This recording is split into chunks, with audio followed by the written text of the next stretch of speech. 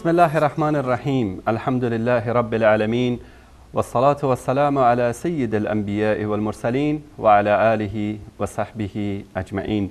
بینندگان عزیز و گرامی، خاصتا عزیزانی که در تاجیکستان بیننده برنامه منبر وصال، دومین قسمت از ویژه برنامه تاجیکستان، دردها و آرزوها با ما هستند.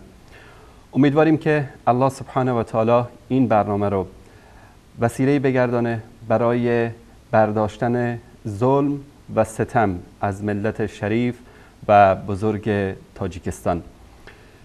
من قبل از اینکه در مورد برنامه صحبت بکنم و موضوعاتی که انشالله با اون در خدمت شما عزیزان خواهیم بود، از ملت شریف تاجیکستان معذرت میخواهم. از ملت شریفی که ما در قبال این ملت بزرگ و این ملت متدین و این ملت با فرهنگ کوتاهی کردیم. سالها امت اسلامی ملت تاجیکستان را فراموش کرده بودند، اما بعد از سالها دوباره این ملت مظلوم و ستم دیده و این ملتی که زیر بار ظلم و ستم کمونیستا بیش از 70 سال دین و عقیده خود را حفظ کردند، این ملت دوباره در آغوش اسلام و مسلمانان بازگشته است. ما در شبکه جهانی وصال حق هفته گذشته اولین قسمت از برنامه تاجیکستان، دردها و آرزوها را خدمت شما عزیزان تقدیم کردیم و یک سری مطالب رو در این برنامه بیان کردیم که دولت تاجیکستان و ماموران امنیتی این دولت برای جوانانی که به مساجد می روند ایجاد مشکلات می کنند. حجاب خواهران مسلمان تاجیک را به زور از سر آنها بر می دارند. برای رفتن به حج و عمره کمتر از 35 سال کسی حق ندارد که به حرمین شریفین برود. مساجد را میبندند، مدارس دینی را میبندند و این برنامه با ردود افعال وسیعی مواجه شد، چه در بین ملت شریف تاجیکستان که هدف ما و هدف این برنامه یاری ملت ستم دیده تاجیکستان بود، نه چیز دیگر، و همچنین در بین دولت مردان و علمای درباری تاجیکستان نیز حرف و صحبت‌های زیادی در مورد این برنامه صورت گرفت که از جمله بیانیه کمیته دین تاجیکستان بود و همچنین بیانیه جناب سید مکرم عبدالقادرزاده رئیس شورای علمای مرکزی اسلامی و مفتی جمهوری تاجیکستان و همچنین آقای سلیمان دولتوف که رئیس کمیته دین و تنظیم عنعنه و جشن و مراسم‌های ملی تاجیکستان هستند در مورد این برنامه صحبت کردند و همچنین مدرسه امام ترمیزی یا همون دانشگاه اسلامی که در تاجیکستان است در مورد برنامه بیانیه‌ای صادر کردند و ما امروز چندین مرتبه از صبح تا عصر امروز سعی کردیم که به شماره تلفن جناب سید مکرم عبدالقادرزاده و همچنین به شماره تلفن سلیمان دولتوف تماس بگیریم که متاسفانه تلفن‌های این دو شخص بسته بود و جواب نمیدادند. ما آرزو داشتیم که بنابر همون اساسات آزادی بیان این اشخاص تشریف بیارن در این برنامه و همونطوری که در بیانیه هایی که صادر کردند و ادعا کردند که مطالبی که در شبکه جهانی وصال حق ابراز شده مطالب عاری از صحت هست و کذب محض است، اگر این شخصیت های بزرگوار از تاجیکستان می اومدن و در این برنامه شرکت می کردن و به شکل آنلاین و زنده به این مطالب پاسخ می دادن، سبب خوشحالی ما و بینندگان عزیز ما در تاجیکستان بود. اما یک نکته را اشاره بکنم که علمایی که در حکومت کار میکنن خب مجبور هستن، حقوق بگیر دولت هستن و مجبور هستن که دولت را تایید بکنن ولو اینکه خلاف واقعیت باشه و جناب سلیمان دولتوف هم که رئیس کمیته دین هست و گماشته شده از طرف حکومت تاجیکستان و ایشون مجبور هست که این مسائل رو انکار بکنه و ما این مجبوریتی که این افراد دارند رو احساس میکنیم. در برنامه امروز ما یک فیلمی داریم که انشالله بعد از اینکه با اولین مهمان برنامه صحبت بکنیم این فیلم رو خدمت شما عزیزان پخش خواهیم کرد و بعد از اونم تماس‌های شما عزیزان رو خواهیم گرفت و تعدادی از علما، روشنفکران و فعالان مدنی و سیاسی مذهبی تاجیکستان هم از مناطق مختلف جهان با ما همراه خواهند بود. اولین مهمان برنامه امروز چون دیر وقت هست در تاجیکستان و من دوست ندارم که بیشتر از این ایشون منتظر بمونن، جناب پروفسور شاکر حکیموف، حقوق‌شناس و فعال جامعه مدنی تاجیکستان هستند که اگر صدای من رو دارن دوستان به من اطلاع بدن. خب تا برقراری تماس با جناب پروفسور شاکر حکیموف، بینندگان عزیز و گرامی، در بیانیه‌ای که دانشگاه اسلامی تاجیکستان صادر کرده بود ما توقع داشتیم که حداقل شخصیت‌های محترم تاجیک که اومدن و برنامه رو رد کردن و مطالبی که مطرح شد رو انکار کردن، حداقل می اومدن یک مطالب علمی و با سند و مدرک ارائه میدادن که این حرف‌هایی که زده شده و مطالبی که گفته شده واقعا آنطوری که ادعا میکنن عاری از صحت هست. جناب مدیر این مدرسه امام ترمیزی سابق یا دانشگاه اسلامی تاجیکستان ادعا کردند که اگر وصال حق میخواهد حقیقت‌ها رو بگوید چرا در مورد نیروگاه راغون صحبت نمی کند. من تعجب میکنم از مدیر محترم این دانشگاه و این شخص که حالا یکی از شخصیت‌های معروف تاجیکستان هست. ایشون اگر کمی دقت می‌فرمودن متوجه می‌شدن که این نیروگاه رو که گفتن ناموس ملت تاجیکستان هست و آقای رحمانوف از مردم تاجیکستان پول جمع کردن و خیلی از سرمایه‌دارها و خیلی از شخصیت‌های معروف تاجیکستان، حتی حزب نهضت اسلامی تاجیکستان مشارکت کردند در ساخت این نیروگاه. بیش از 30,000 دلار فکر کنم نهضت اسلامی پرداخت کرده و همچنین میلیون‌ها سامانی رو جناب استاد عمر علی دولتوف رحمت الله علیه که در استانبول به قتل رساندن، ایشون کمک کردن در ساختن این نیروگاه. اما جناب مدیر دانشگاه اسلامی تاجیکستان، چرا این نیروگاه ساخته نشد؟ چرا پول ملت مظلوم تاجیکستان که یا به زور یا به رضا از این ملت گرفته شد، اونایی که در دولت کار میکردن که ازشون به زور پول گرفتن، از ملت تاجیکستان هم تعدادی از آنها به رضا و به خاطر اینکه یک لامپ برقی داشته باشند در خانه خود کمک کردن در ساخت این نیروگاه. این پول ها چرا امروز جمع شده در حسابهای دولت تاجیکستان و چرا این نیروگاه رو نمیسازند؟ چرا؟ شما که به ما میگید که در مورد این نیروگاه صحبت بکنید، ای کاش این نیروگاه ساخته میشد و ما در مورد این با افتخار صحبت میکردیم که دولت تاجیکستان زحمت کشیده و برای ملت مظلوم و شریف تاجیکستان یک نیروگاه ساخته.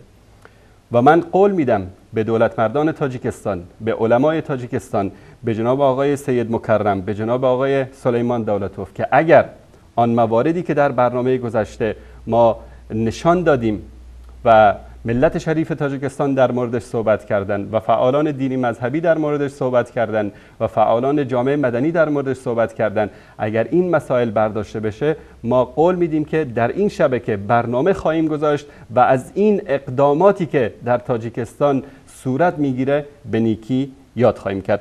دوستان عزیز، اگر تماسمون با جناب پروفسور شاکر حکیموف برقرار نشده، ما بریم فیلمی رو که آماده کردن دوستان عزیز تاجیکمون ببینیم و دوباره برگردیم خدمت شما عزیزان. تماس برقرار شده با ایشون؟ بسیار خوب. دوستان میگن که تماس با جناب پروفسور برقرار شده تا که هماهنگی صورت بگیره. من نکته دیگری رو که خدمت شما عزیزان و بزرگواران میخوام یادآوری بشم اینه که مساجد رو به بهانه این که در تاجیکستان اجازه ساخت نداشته این مسجد میبندن و تبدیل میکنن به قهوه‌خانه و یک سری مراکز فرهنگی و مراکزی که به درد مسائل دینی نمیخوره.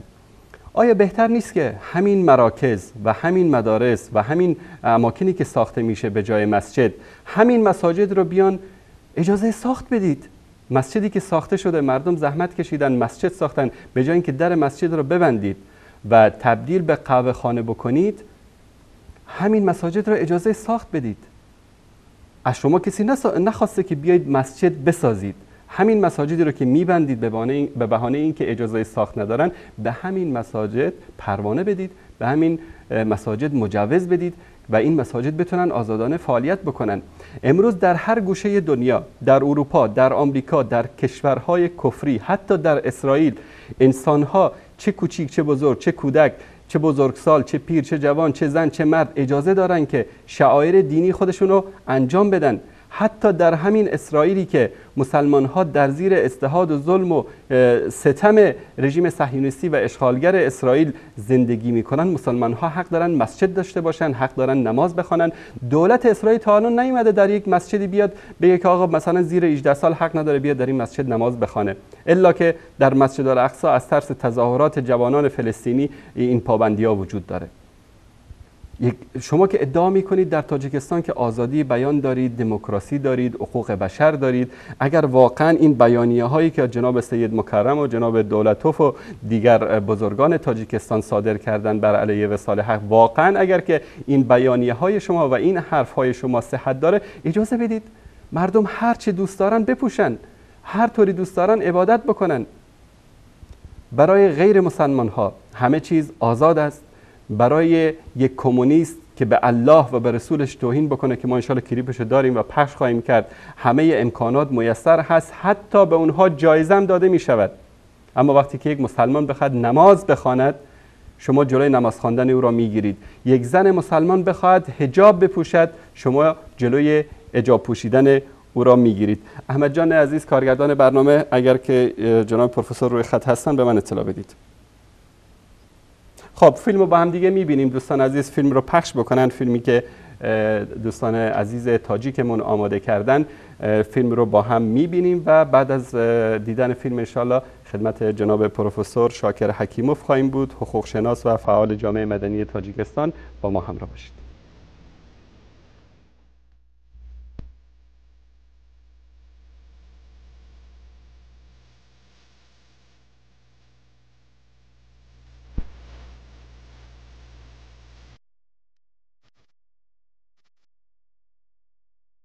حکومت دست نشانده روسیه به سرکردگی امام علی رحمانوف طی 23 سال برای ملت برومند تاجیکستان جز بدبختی، فلاکت، ظلم و ستم، آوارگی و در بدری، مسخ فرهنگ و دیانت ملت چه به همراه داشته است؟ دارایی و ثروت کشور در دست مافیای خانواده رئیس جمهور است. سیرابترین کشور منطقه از مشکلات حاد بیبرقی و خاموشی رنج میبرد. به مدت 5 تا 6 ماه سال ملت زحمتکش تاجیک در بیبرقی با سرمای طاقت فرسای زمستان دست و پنجه نرم میکنند. بیکاری در کشور بیداد می کند. در پدیده‌ای وحشتناک در جهان بشریت بیش از 1/4 جمعیت کشور، یعنی 2 میلیون جوان آواره تاجیکی در روسیه مجبورند در وضعیت بسیار بغرنجی تن به کارهای پست و شاق دهند تا لقمه نانی برای خانواده خود تأمین کنند. فقر و فلاکت، بیکاری و دربدری، فحشا و بیبندوباری، آمار وحشتناک فرار مغزها از کشور، درصد هولناک طلاق، بیماری‌های روانی ناشی از فشارهای اقتصادی و سیاسی، سربریدن تمام معانی آزادی و شعور به انسان بودن، به زنجیر کشیدن دین خدا و علمدار کردن دیکتاتوری و به بردگی گرفتن ملت عنوان شاخص حکومت ابوالهول در تاجیکستان است.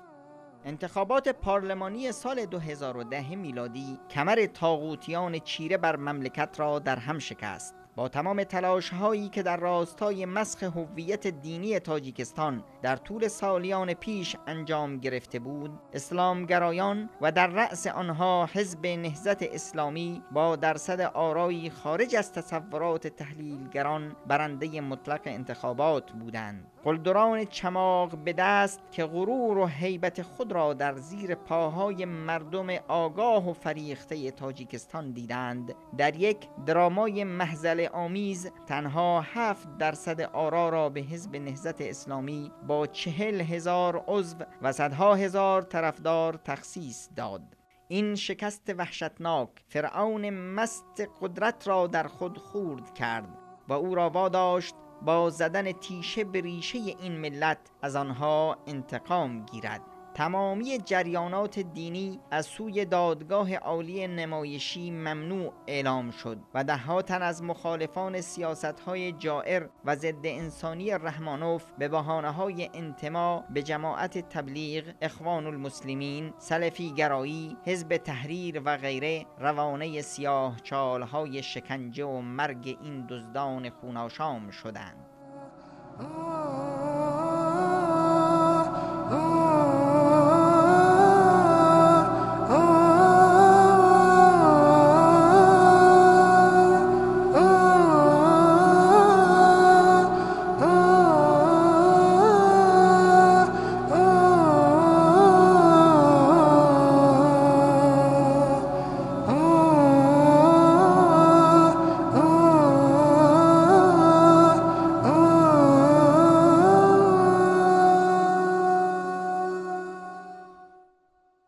حکومت چون مار زخمی هر کسی که کوچکترین خطری را از جانب او احساس می کرد را از سر راه خود بر می داشت. محمد روزی اسکندروف به مدت 23 سال روانه زندان تار و نمناک اهریمن شد.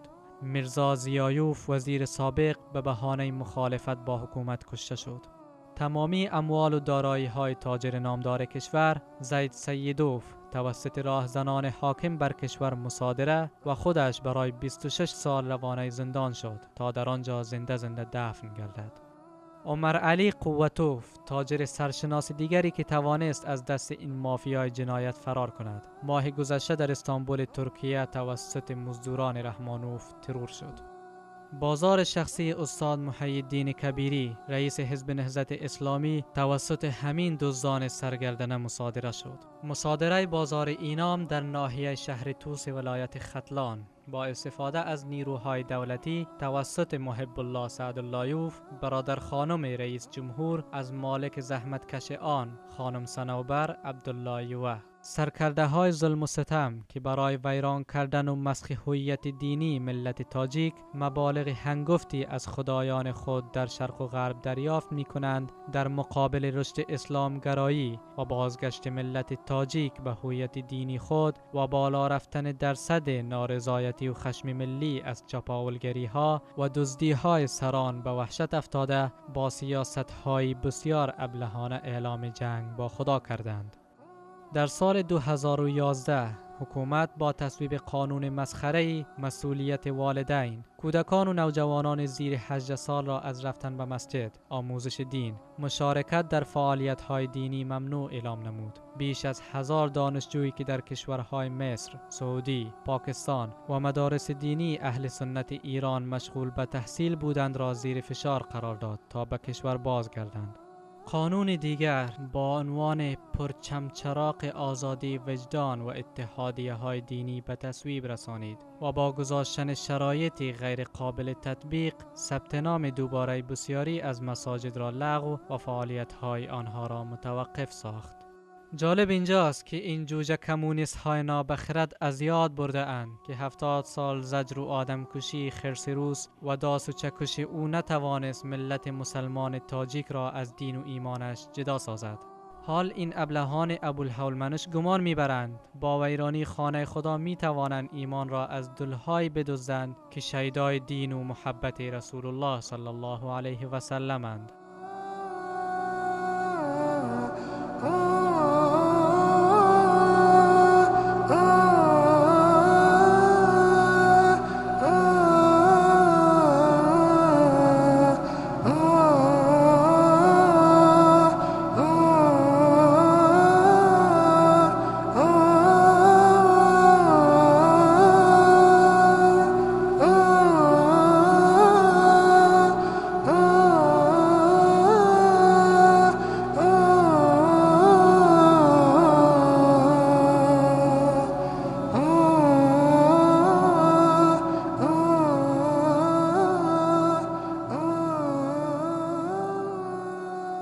از سال 2013 جنگ یک طرفه حکومت ددمنش با ملت شدت گرفت.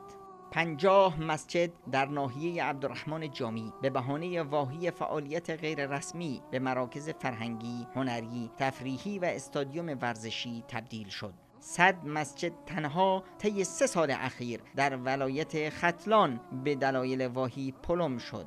20 مسجد در 20 آوریل همین سال به بهانه نداشتن جواز تعطیل و هر یک از 8 نفری که در این مساجد مشغول خدمت بودند به 250 سامانی جریمه شدند. 6 مدرسه دینی در ولایت سغد بسته شد.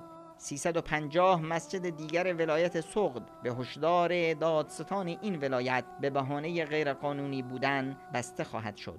مسجد حزب نهضت اسلامی پلم شد. فعالیت‌های مسجد محمدیه که برادران تور جانزاده در آن فعالیت می‌کردند تعطیل شد. 28 مسجد در منطقه درواز، 16 مسجد در منطقه ونج و 11 مسجد در منطقه مرغاب به دنبال دستور امام علی رحمانوف بسته شد. بالغ بر 70 مسجد در مناطق جنوبی کشور به چایخانه، بنگاه طبی، مراکز هنری و فرهنگی تبدیل شدند. با قرار شورای علما رفتن زنان به مساجد منع شد.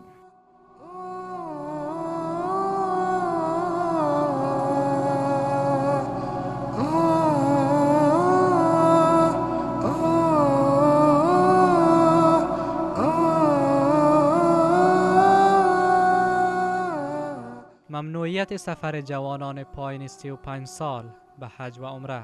رسول الله صلی الله علیه و سلم فرمودند خداوند تمام زمینش را جای نماز مؤمنان قرار داده، اما حکومت خدا نشناس رحمانوف نماز در غیر مسجد و خانه و یا قبرستان را جنایت قابل پیگرد قانونی می داند. تمامی این جنایت ها که با تبلیغات سو و بدنام کردن شخصیت های ملی مذهبی کشور امثال استاد حاجی اکبر تور جانزاده، استاد محی الدین کبیری، ایشان نورالدین، ایشان محمود جان، حاجی مرزا، مولوی عبدالرحیم و سایر علما و اندیشمندان همراه بود، نه تنها هیچ نتیجه نداشت بلکه بر روند اسلامگرایی مردم مظلوم و آگاه کشور افزود.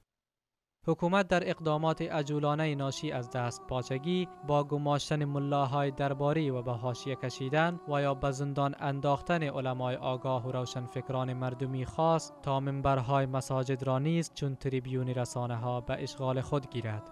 با وجود اینکه از اوایل سال 2007 میلادی وزارت آموزش تاجیکستان حجاب را در مراکز دولتی ممنوع کرده بود و این کشور با جمعیت بالای 98% مسلمان تنها کشور جهان بود که به حجابی با چماق قانون بر مردم اعمال میشد، روند عفت و پوشش اسلامی روز به روز گسترش می‌یافت. این روند بیدارگری در کشور رئیس جمهور مغرور مبتلا به مالی خولیای قدرت را بران داشت تا ناموس ملت با غیرت تاجیک را به باد مسخره گیرد. او در مراسم روز زن در 6 مارس امسال در خطاب تحریک آمیز مقابل بیش از 500 زن پوشش اسلامی زنان تاجیک را پدیده شوم و لباس بیگانه دانسته نوکران شهوتران خود را تحریک کرد تا بر غیرت و ناموس ملت بتازند. عجب ابلهان بیخردی. میخواهم مخصوص تاکید نمایم که بزرگان ما بارها فرمودند که تنها ستر و سیاه‌پوشی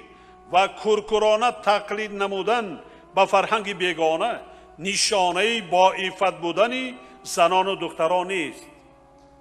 ما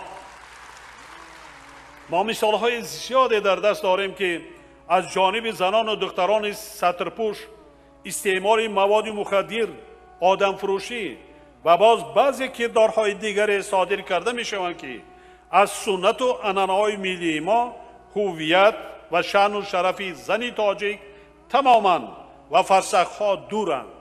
حقا عاقل از سرنوشت دیگران عبرت می‌گیرد و احمق عبرتی می‌شود برای دیگران.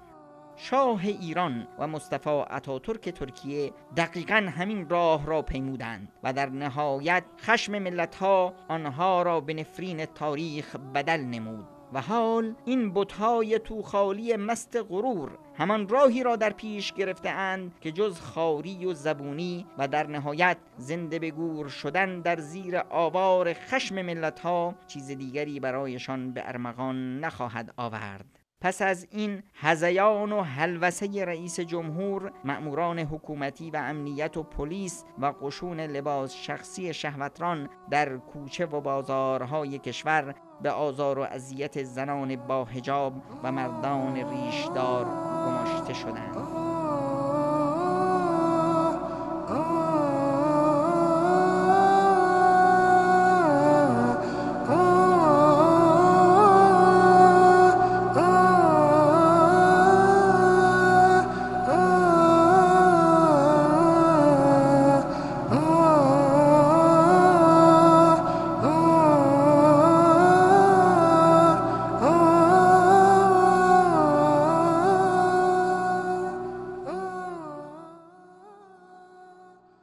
چماقداران حاکم بر تاجیکستان این ملت را یتیمان بی سرپرست و برده‌ها و غلامان حلقه به گوش خود می دانستند، تا اینکه شبکه جهانی وصال حق، زبان گویای ملت مظلوم و ستم دیده منطقه، برنامه منبر وصال چهارشنبه 2 اردیبهشت 1394 خورشیدی مصادف با 22 آوریل 2015 میلادی را به مشکلات تاجیکستان اختصاص داد. در این تریبیون آزاد، ملت غیور تاجیکستان از دردها، فرنجها و دلهای زخمی خود گفتند و پرده از جنایتهای ضد انسانی نظام طاغوتی حاکم بر کشور برکشیدند. آقای رحمانوف، شما یک روز میری به زیر خاک و ملت بزرگ تاجیکستان میمانه و شما چه بخواهی چه نخواهی زنهای تاجیکستان حجاب خواهند پوشید، مردان تاجیکستان ریش خواهند گذاشت، ملت تاجیکستان هزاران بلکه صدها هزار مدرسه و مسجد خواهند ساخت. اما برای شما غیر از رسوایی و بدبختی در دنیا و آخرت چیز دیگری نخواهد بود. ملاهای درباری بنا به دستور مافیای قدرت با سمپاشی‌های مداوم بر علیه شبکه جهانی وصال حق خواستند با دروغ‌ها و مکاری‌ها چهره ننگین ظلم و استبداد خود را بپوشانند. سایت‌های تکفیری شیعیان اجیر ایران که بافت مذهبی تاجیکستان را به فتنه و آشوب کشیده، تمامی رموز دینی این ملت آزاده و با ایمان از صحابه و یاران رسول الله صلی الله علیه و سلم گرفته تا اهل بیت و همسران ایشان، مادران مؤمنان رضوان الله علیهم اجمعین را با تهمت‌های ناروا و فحش و ناسزا به باد مسخره و استهزاء گرفته اند. این بار با حمله به وصال حق و جانبداری از فرعونیان خوناشام و دزدان چپاولگر نشان دادند تا چه اندازه با ملت و خاک تاجیک دشمنی و حقد و کینه دارند. این مگسان گرد شیرینی که از سویی به خاطر پشیزی مال خود را به کشور بیگانه فروخته، با کلنگ سیاست‌های آتش افروزی و چپاولگری ایران کشور را ویران می‌کنند، خواستند از آب گلالود ماهی بگیرند، غافل از این که روی ننگین و سیاه آنان دیگر قابل پوشیدن نیست. آنها با دفاع از ظالم ستمگر این بار خود را در آتش اشک یتیمان و آه بیوه زنان و زخم دل جوانان و نفرین ایمان ملت تاجیک سوزاندند. ملتی که ایمانش را در زیر شکنجه های ابرقدرت کمونیستی روسیه حفظ کرد، هرگز وزوز خرمگس های امروزی نخواهد توانست ایمانش را بدزدد. درود بر ملت شکست ناپذیر و مؤمن تاجیکستان.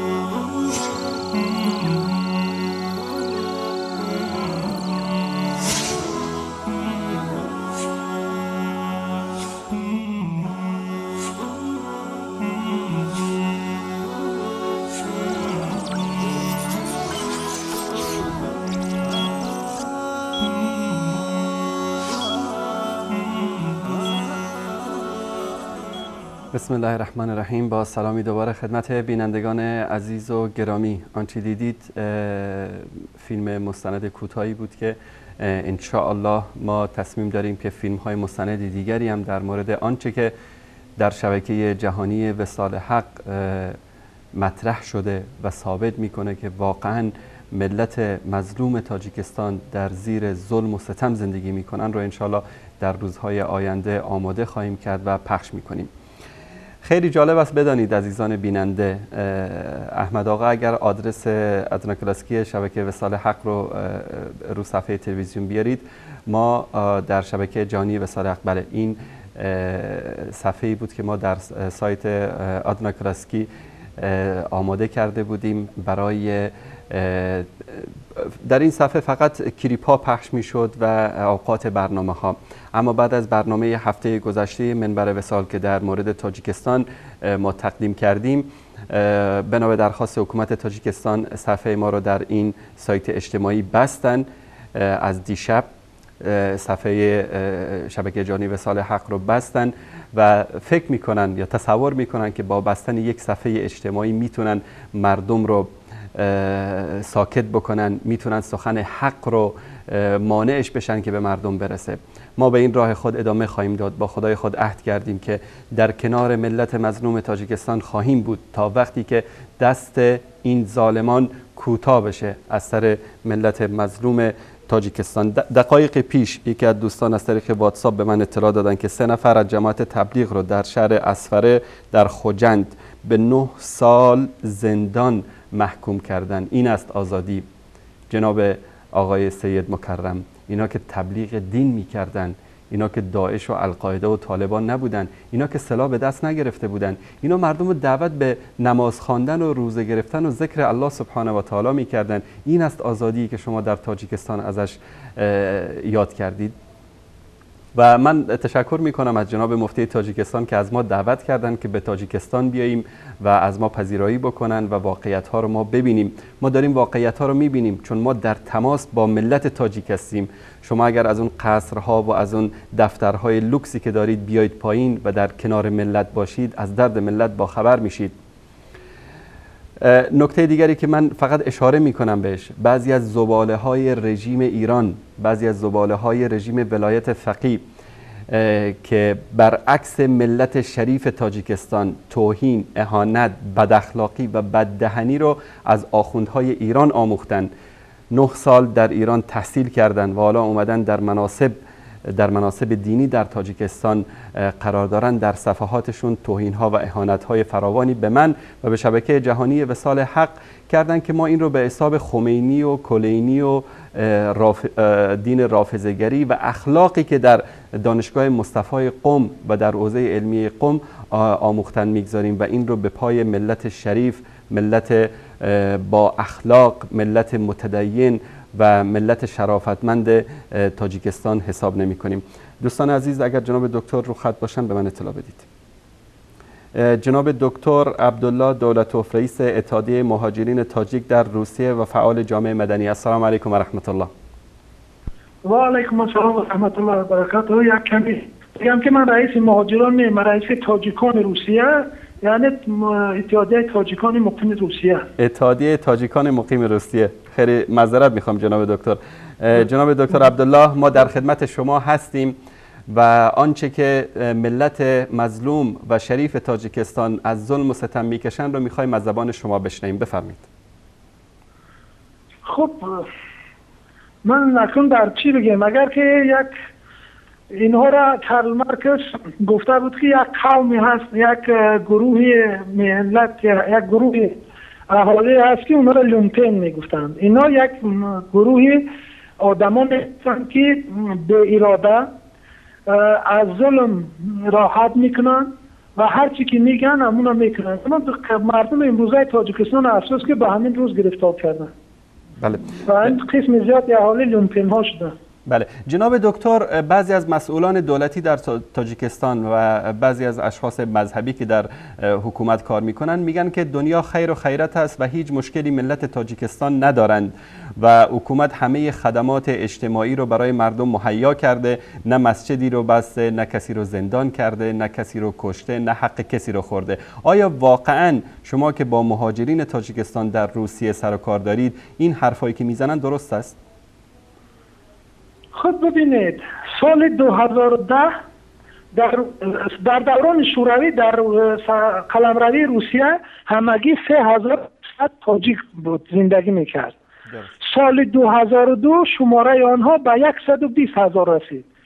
سال 2010 شماره یعنی سرحساب مردم آخرینه که در روسیه سال 2010 بود، شماره تاجیکانی که شهروندی روسیه گرفتند در اینجا مسکن کردن به 221,000 رسید و الان آنچنانی که متخصصان میگن که بیشتر از 500,000 تاجیک الان از تاجیکستان گرفته روسیه را وطن کردن. اگر این خود مگر دلیل اون نیست که در تاجیکستان امکانیت، نه امکانات دینی، نه امکانات معرفتی، نه امکانات زندگی دارن مردم که میگریزن از اونجا. بله جناب دکتر، فرار این جوانان، میدونید که جوانان آینده سازان یک مملکت هستند. وقتی جوانان با نشاط و جوانانی که میتوانند کار بکنن از یک کشوری فرار میکنن و میرن در خدمت یک کشور بیگانه قرار میگیرن، چه عواقب وخیمی برای یک کشور خواهد داشت؟ الو. بله جناب دکتر. علاقه کنده شد نمیشنوم. بله جناب دکتر صدای من رو دارید الان؟ جناب دکتر عبدالله. خب تماسمون مثل که با جناب دکتر عبدالله قطع شده. دوستان عزیز، اگر خواهر گرامی که همسر استاد عمر علی دولتوف از ترکیه با ما خواهند بود، اگر با ایشون تماس میگیرن یا دیگر کسانی که مشارکت دارن در این برنامه و همچنین شماره اسکایپ برنامه رو اعلان بکنن که عزیزانی که دوست دارن تماس بگیرن و در مورد مسائلی که در تاجیکستان رخ میده و واقعیت‌های جامعه تاجیک دوست دارن مشارکت بکنن در برنامه، صدای اونها رو داشته باشیم. جناب دکتر عبدالله دولتوف اشاره کردن که تعداد مهاجرین تاجیک که در روسیه زندگی می‌کردند در زمان اتحاد جماهیر شوروی در حدود 3200 نفر بودند و الان طبق احصایه‌ای که ایشون دادن به بیشتر از 500,000 میرسه. شما تصور بکنید که در یک جامعه‌ای که وقتی جوانانی که آینده سازان یک جامعه هستند و باید کشور رو بسازن، باید وطن خود رو بسازن، اینا میرن در خدمت بیگانه قرار میگیرن، در اونجا به امراض گوناگون، به فساد اخلاقی، به مسائل و مشکلات اجتماعی روبرو میشن و چه ضرری آینده یک کشور متحمل خواهد شد به خاطر این سیاست هایی که وجود داره. احمد جان عزیز پشت خط کسی رو داریم از جناب دکتر عبدالله؟ بفرمایید. بله جناب گفتید همونایی که ما میگیم که روسیه اومدن که درباره تاجیکان روسیه حرف میزنن، از اینجا که معلومات دقیق دارم، اکثر اونها همون جوانانی که شما میگین، همون جوانان دانشمند، همون جوانان بالیاقت، یعنی که تاجیکستان همین امروز یک کشوری گشته است که اونجا تاجیک‌گریزی در اوج است. همون من نمیدونم چرا خیلی شد. ما دیدم، من در برنامه‌های شما هم شنیدم که گفتید در دوران کمونیستی، در باور کنید من در دوران شوروی، در دوران استثمار کمونیستی، در زمان اتئیستی به دنیا آمدم، مکتب تحصیل کردم، دانشگاه تحصیل کردم، ولی در همون زمان ما در زمان شوروی که شدیداً در ضد دین مبارزه می بردن، حتی در همون زمان اینقدر ظلم بر سر مسلمانان نبود، بر سر کودکان نبود. ما کودک بودیم، در دهه‌مان مسجد بود، هر بیگاه مسجد می رفتیم، از صنف از 6 سال می رفتیم، دست آب می گرفتیم و اونجا یعنی که مسجد بود. هرچند همون این زمانه که دولت صاحب اقتدار استفاده شده است که در تاجیکستان باید در مد اول ایمان مردم باشد، بعد ولی افسوس که از همه چیز مردم را محروم کردن. این قدر محرومیتی که امروز در تاجیکستان دولت مردم تاجیک در دوران شوروی نداشت. برای همین جوانان بلاقت میگریزن، کشورهای مختلف میروند و اکثرشون روسیه میروند. بله جناب دکتر عبدالله، مهاجرین تاجیک در روسیه چه مشکلاتی دارن؟ اگر در مورد مشکلات اینها بگید در تاجیکستان، در روسیه. بله جناب دکتر، در مورد مشکلات جوانان تاجیک در روسیه، مشکلات اجتماعی که در اونجا با اون روبرو هستند.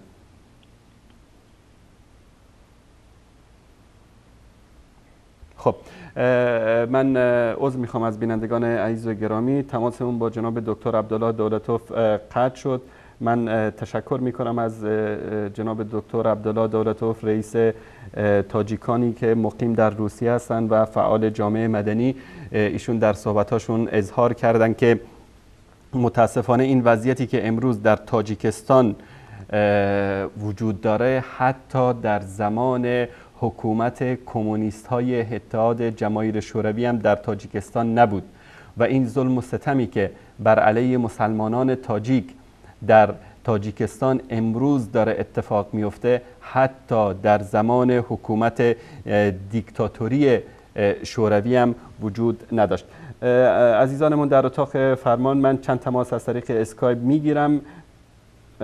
بله خب خواهرمون محترم قمری النساء حفیظ عابد وصل هستن با برنامه، همسر استاد عمر علی دولتوف رحمت الله علیه که در ماه گذشته در استانبول ترکیه به شهادت رسیدند. خواهر گرامی السلام علیکم و رحمت الله و برکاته. و علیکم السلام و رحمت الله و برکاته. خواهر گرامی، این برنامه قسمت دوم برنامه تاجیکستان دردها و آرزوها است. از شما به عنوان یک زن تاجیک، یک زن ستم دیده و درد کشیده تاجیک، دوست داریم بشنویم از زبان شما از دردها، از آرزوهایی که دارید. تو از تاجیکستان بعدی حکومتی بحث درد اومدنی رحمان بسیاری مردم تاجیکستان، چه مرد چه زن و چه کودک ایتو به ظلم و ستم گرفتار شده هستند که به اندازه گفتنی هم ندارد. ببینید که من گناهگار شده هستم پیش این حکومت خودکامه ظالم. همسر جمر هستم و از جمر 5 طفل به دنیا آورده هستم. گناه من همین است، سبب گناهگاری من همین است که این حکومت مرا با فرزندان دیدن نمیخواهد. مدت 3 سال است که من در روی زمین با 5 طفل جمر سرگردان هستم. از این در به این دولت میگریزم، از این کشور به این کشور میگریزم تا حاضر بعد فوت حتی شوهر من این حکومت وقتی که شوهر مرا کشت حتی مال و ملکش گرفت به زندان‌ها کشید. دامادش یک بار این همچون خودش شاه میگیره، نام امام علی رحمان نام خودش ماندگی که یکی از نام‌های بزرگ امام و نام دیگر نام خدای بزرگ رحمان است که این نام خودش ماندگی است در بین مردم تاجیکستان. انهای تاجیک یک تشمیتی $100، یک تشمیتی و همه او تعریف و توصیف میکنه. این همش دروغ است. من از مرگ نمی خاطره که ظلم و ستمی که بالای ما اومد در این 3 سال فراموش نشدنی است. شوهر مرا این رحم داشت، این حکومت خودکامه پیش ما و کودکای ما نمیپرند، به قتل نمیرسید، بازاری های زار ایرا کشتن. یک برمو شفایرو نکرد که تو چی کار کردی؟ دختر شفایرو نکرد و دختر و دامادش همه مالکیت شوهری مرا گرفتن، از وطن خارجش کردن با 5 طفل ما. طفل ما 1 ساله نبود، امروز 4 ساله است. ما با 5 طفل سرسان و سرگردان هستیم. بله. بعد این مرگ شوهر. خواهر گرامی، آیا شما رو تهدید به مرگ کردن، شما و فرزندان شما رو، بعد از اینکه شوهر شما رو به شهادت رساندن؟ بله تهدید بسیار بود. حتی وقتی که در زندان دبی بود شوهر ما نزد چندین بار از حکومت تاجیکستان پیشنهاد کرده بودن. ما در حکومت در زندگی میکردم. گفتگی بودن که جای زیست فرزندات میدونیم، اگر تسلیم نشوی فرزندات به قتل میرسونیم. ما وقتی که شوهرم زندان دبی رفتم نزد شوهرم، به خاطر فشار همه خش و تبار شوهرم از شوهری ما رو گردوندگی بودم. ما تنها موندگی بودم. ما یک زنی که مدت 3 سال برای زندان شدن شوهرم فقط مبارزه می بردم. وقتی که نزد شوهرم رفتم، ما گفتم که ما به خاطر آزادی تو، به خاطر تو بیگناه بودنی تو، اگر من و فرزندای مرا برسانند، ما این مرگ قبول دارم. خاطره که شوهر ما راه بسیار انسانی با عدالت بود، در زندگیش گناه صادر کردگی نبود. یگان بار این جرم و ستمایی که بالای شوهر ما اینا آوردن و به قتل رساندن شد، این نابخشیدنی است. و اون نفرایی که برآمدن از امنیت تهدید کردن، ما هیچ وقت او را نمیبخشم. ما هیچ وقت پیش حکومتی رحمان سر خم نمیکنم که ما راه وطنم گفته. بله خواهر گرامی، شما ذکر کردید که اموال شوهر شما رو گرفتن، یعنی همه زمین و جایداد و خانه و اموالی که در بانک داشتن همه اینا رو تصاحب کرد حکومت رحمانوف؟ بله، ما چی که داشتم، ما در زندگیم حاضر یگان چیز ندارم، نه شوهرم نه ما چی که داشتم ای گرفت، ای حکومتی خود ما گرفت. ما فقط یک خانه فروختگی بدم، همون مدتی همین سال از پول همون خانه تا حاضر ما از پول همون خانه رزق روزی کودکام میدادم. این حکومتی خود کامل $1 میلیون حاج عمر برابر. وقتی که پدر است او ما مادر هستم، کودکی ما در روی زمین خواب میکنه، اگر $1 میلیون در جای بودش میداشت، شوهر ما نمیتونست یک خانه بخره برای فرزنداش. این بسیار تهمت‌های زیاد بود بر ضد شوهر ما و بیرحمانه کشتار شوهر ما در 1000% تاجیکستان گناهکار است با حکومت یعنی خودکامه از امام علی رحمان سر کرده با دامادش. خواهر گرامی، به شوهر شما و به گروهی که با شوهر شما بودن تهمت میزنن که اینها افراد تروریست بودن. آیا واقعا شوهر شما در اعمال تروریستی یا اعمال مسلحانه بر علیه دولت تاجیکستان دست داشتن یا مردم رو تشویق به اعمال تروریستی میکردن؟ نه برادری عزیز، شوهر من تو انسانی بود که بعضی وقتا حتی شوهر من را اسناد دیوانگی هم برآوردند و این انسان بود که در زمین مورچه از او در این سال آزار دیدگی نیست. او در حیاتی سرش سلاح به دست گرفتگی نیست، او را تروریست میبرند.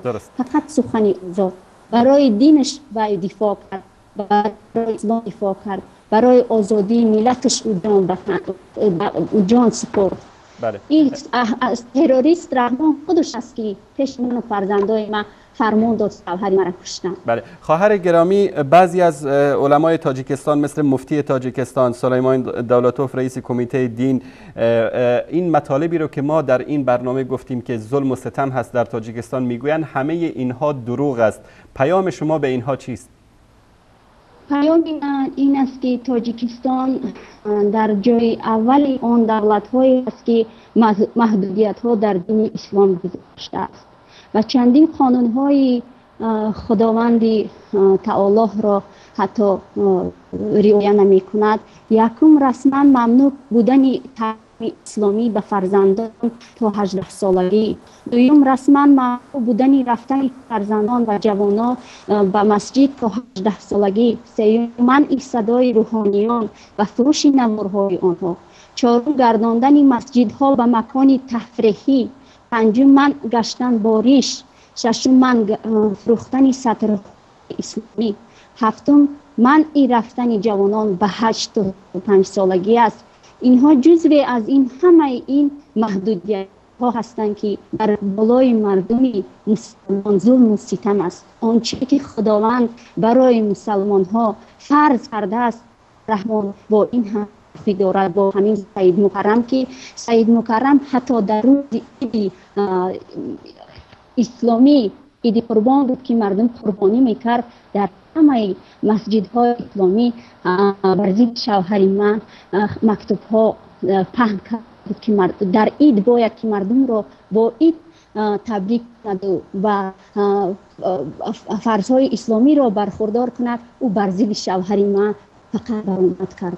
و امام‌هایی که در تاجیکستان هستند همون از سید مکرم سر کرده همش سگان درباری رحمان هستند. او را امام هم گفتن ممکن نیست، به خاطر که جنگ با خدا کردن این بسیار گناهی عظیم است.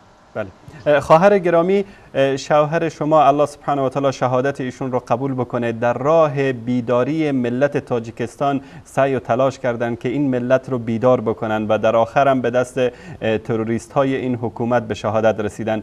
پیام شما برای خواهران، مادران، برادران و پیران و جوانان تاجیکستان چی است؟ من برای برادران و خواهران تاجیکستان و همه مادران، من هم مادر دارم و مدت چندین سال است که از ظلم و ظالمی این حکومت حتی مادر من بعضی وقتا میشه صداشم هاش کشمی نمیتوانم گفتنی هستیم که گرچند که مظلوم و ستم قرار گرفته باشم، اگر چند مالکیت و مال و ملک مدام کردگی باشم، گرچند شوهر ما به شهادت رسیدگی باشم، اگر این زمین با پشتی سر گردانم باشم، من پشیمان نیستم. من از راهی که انتخاب کرد شوهرم هیچ وقت پشیمان نیستم. من تا آخر میفخرم که چنین مرد نصیب ما بوده است. من افتخار از آن دارم که شوهر من در راه حق جان به تن سپرد، در پیش خداوند قرض ادای مسلمانی شکر. اما می از اینا نترسیم. هر کسی که هست باید که ناموس مردانگیش، ناموس ملت تاجیک بودنش باید اثبات کنه، به خاطر که سطری که خداوند فرض کرده او را منع کردن، به خاطر که اگر که 2 سال 3 سال دیگه این قدر مردمی ترسوی تاجیک پیش این حکومت خودکامه سرخم کنه، ممکن که اینا چی قانونهای دیگه هم نبرورن بر ضد اسلام، بر ضد تاجیک‌ها، بر ضد مسلمانان. درست. من تشکر میکنم از محترمه خانم قمریان نسا حفیظاوه، همسر استاد عمر علی دولتوف رحمت الله علیه، رئیس سابق گروه 24 که در استانبول ترکیه به شهادت رسیدن. تشکر از شما خواهر گرامی که در برنامه ما مشارکت کردید. تشکر. زنده باشید. خدا نگهدارتون. خب احمد آقا، اگر مهمانان دیگری هم وصل شدن به من اطلاع بدید. من از طریق اسکایپ تماس یکی از بینندگان عزیز رو میگیرم. بله، سلام علیکم، بفرمایید. سلام علیکم و رحمت الله و برکاته. علیکم السلام و رحمت الله و برکاته. استاد صدای من خوب است؟ صدای شما واضح است، بفرمایید. اولا استاد، من از کانال تشکر و امیدواری خود را بیان میکنم، چون که یکمین کانال است که بر داد مردم تاجیکستان میرسد. الحمدلله. استاد، میخواهم در چند نقطه صحبت کنم. بفرمایید. من یکی از مهاجران جمهوری تاجیکستان میباشم که طول 10 سال شده است که من بیرون از کشور هستم و داخل تاجیکستان. بله. برادری من دانشجو بود، آن هم با زندان 25 سال محروم شد از حیات. چون که وی برای چی؟ برای که وی دعوت کرد مردم را برای دین اسلام. نقطه دوم این است که استاد، تاجیکستان مبارزه با قرآن میبرد، چون که خداوند در قرآن میگوید فانکحوا ما طاب لكم من النساء مثنى وثلاث ورباع. اما تاجیکستان میگوید که یک زن گرفتن زیاد جنایت است. نقطه دوم استاد، منع کردن ستر برای خواهران که این عفت و ناموس ماست، اما را منع می سازد. استاد، نقطه دیگر این که ظلم بالای علما، هر پیشتر ذکر کرد با شکل عام تمام علما را سخنی بد زد، این مستحق نیست، چون که در تاجیکستان علمای خدا ترسی هستند، اما اونها در تگ ظلم هستند، سخن خود را گفته نمیتوانند. نقطه اخیر استاد این است که چرا در تاجیکستان دعوت بس نصارا و یهودی ها جایز است و دعوت به سوی اسلام معنی است. اگر این همون خطه ابی لهب نیست، این هم درست. تشکر می کنم از شما برادر عزیز و گرامی. بله متاسفانه تماس شما مشکل پیدا کرد. من یکی از عزیزان فعال امور اسلامی و سیاسی جناب استاد اسدالله ولیزاده پشت خط هستند. من عرض سلام و ادب دارم خدمت شما جناب استاد. بسم الله الرحمن الرحیم. السلام علیکم بینندگان محترم، تماشابینان شبکه جهانی وصال حق. قبلا تشکر و سپاس خود را به تنظیمگران این برنامه ابراز می دارم. سلامت باشید. و سپاس می خواستم در رابطه با این برنامه و این موضوعی که امروز دارد بررسی می شود یک چند نقطه ها و اندیشه های خود را ابراز بدارم. بفرمایید. اولا اگر اجازه باشد میخواستم یک سیر کوتاه در فضای دینی تاجیکستان در 18 سال اخیر بعد از امضای سازشنامه صلح کرده باشیم تا اینکه بعضی از جنبه های مناسبت های دینی و مناسبت های دولت با مردم در مسائل دینی روشن‌تر بشود. بسیار خوب، بفرمایید. همچنانی که عزیزان آگاه هستید بعد از امضای سازشنامه صلح در سال 1997 بعد از آنکه که طرف‌های درگیر تاجیکستان چه حکومت کنونی و چه اتحاد اپوزیسیون تاجیکستان که در رأس آن نیروهای اسلامی بودند با سرداری مرحوم استاد سید عبدالله نوری با توافق رسیدند که در کشور من بعد جنگ خاتمه داده بشود و این سوء تفاهم ها و این جنگ تحمیلی که از خارج با دستان بیگانگان و بالای مردم زحمت کشیده تاجیکستان و مردم مسلمان روانه کرده شد باید که خاتمه بخشیده بشود و مردم در فضای صلح و آسایشتگی زندگی بکنند. ولی متاسفانه اولین برخورد نامناسبی که این حکومت بعد از انجام سازشنامه صلح انجام داد و پیش گرفت این بود که شهرداری دوشنبه فرمان منع صدای اذان را از بلندگویک ها در مساجد پایتخت یعنی شهر دوشنبه به تصویب رسانید. هرچند که این قانون از نگاه حقوقی غیر کانستیتوسیونی و خلاف تمام سندهای حقوقی چی تاجیکستان و چی آن سندها و معیارهای بین المللی که تاجیکستان را اعتراف دارد می باشد، ولی امروز دارد در تمام کشور پهن می شود.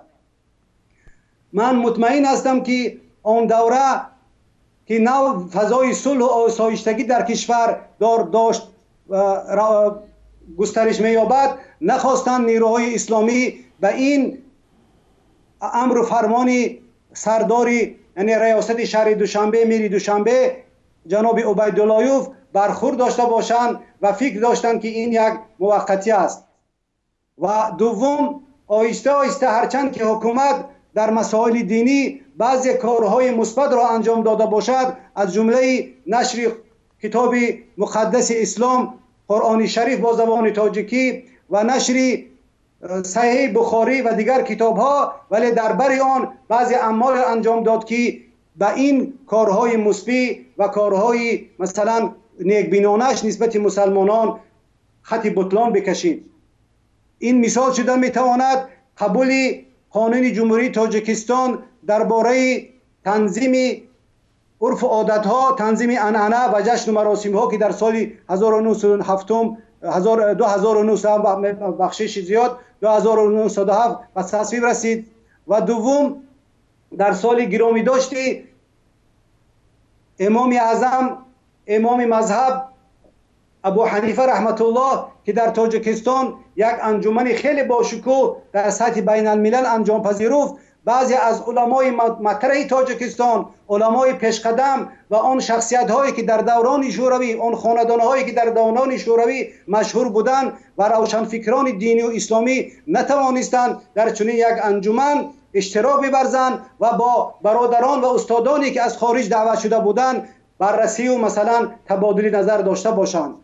و دیگر در همین سال گرامی قدر و مقدس که یک انجمنی باشکوه انجام پذیرفت، قانونی جدید در طرح جدید، قانون جمهوری تاجیکستان درباره آزادی اعتقاد و اتحادیه های دینی قبول گردید که به قول بعضی از صاحب نظران و استادانی که در آن دوره گفته بودند این یک فاجعه ملی بود که خواندن نماز را در جایهای جمعیتی، در کارخانه ها و کلا منع کرد و فقط خواندن نماز در مساجد اجازه داده شد و این باعث گردید که ده ها کارگر یا اختیار کردند که نماز را در جای کار در مسجد بخوانند و در جای کار مجازات بشوند یا اینکه نماز را قضا بکنند و رفته در خانه شون شبانه بخوانند. این بسیار هم یک مصیبت برای هر یک فرد مسلمان است.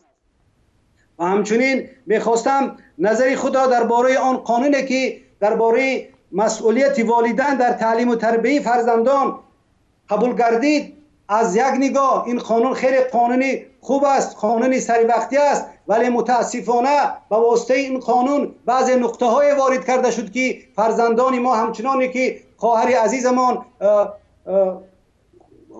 قمری نسا قید کردن، خانم شهید حاجی عمر علی قوتوف رفتن فرزندان تا 18 ساله را چیکار کرد؟ منع کرد. و من میخواستم باز درباره یک پروتکلی که بعداً در بعضی از رسانه ها سر و صدای زیادی قبول با وجود آورده بود، یعنی پروتکل 3220 که در آن بعضی محدودیت ها و بعضی نقشه ها در جلسه مخفی حکومت که قبول گردیدگی بود و آن در یکی از سایت های روززبان با نام زویزدرو چاپ گردیده بود، هرچند که وجود این پروتکل را حکومت کنونی و مقامات تایید نکنند و آن را انکار بکنند، ولی آن برخوردها و آن واکنش‌هایی که من بعد نسبت مسلمانان و نسبت آن حرکت‌های سیاسی و شخصیت‌های مطرح جامعه که در جاده دین خیلی شناخته هستند، از جمله خانواده استاد تورجانزاده ها، یک مناسبت خنک نظرانه، یک مناسبتی که نسبت ایشان حقارت و توهین است انجام پذیرفت و عاقبت این انتخاباتی که در سال ماه گذشته انجام پذیرفت در ماه مارس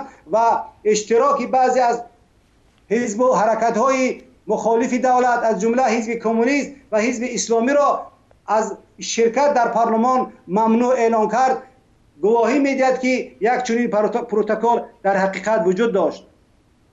و دیگر امروز من نسبت آن واکنش ها و آن مناسبت هایی که چی شورای علما با در رأس مرکز اسلامی و چی حکومتی دین و همچنین دانشگاه اسلامی نمیخواستم چیزی بگویم، ولی چون این سوال مطرح گردید و خوب میشد که ایشان می آمدن در این باره صحبت میکردن و چون ایشان نیستن میخواستم یک دو جمله از یک مقاله که در عالم غرب در یکی از مجله های با نفوذ بریتانی کبیر با نام The Diplomat در با زیر عنوان ممنوعیت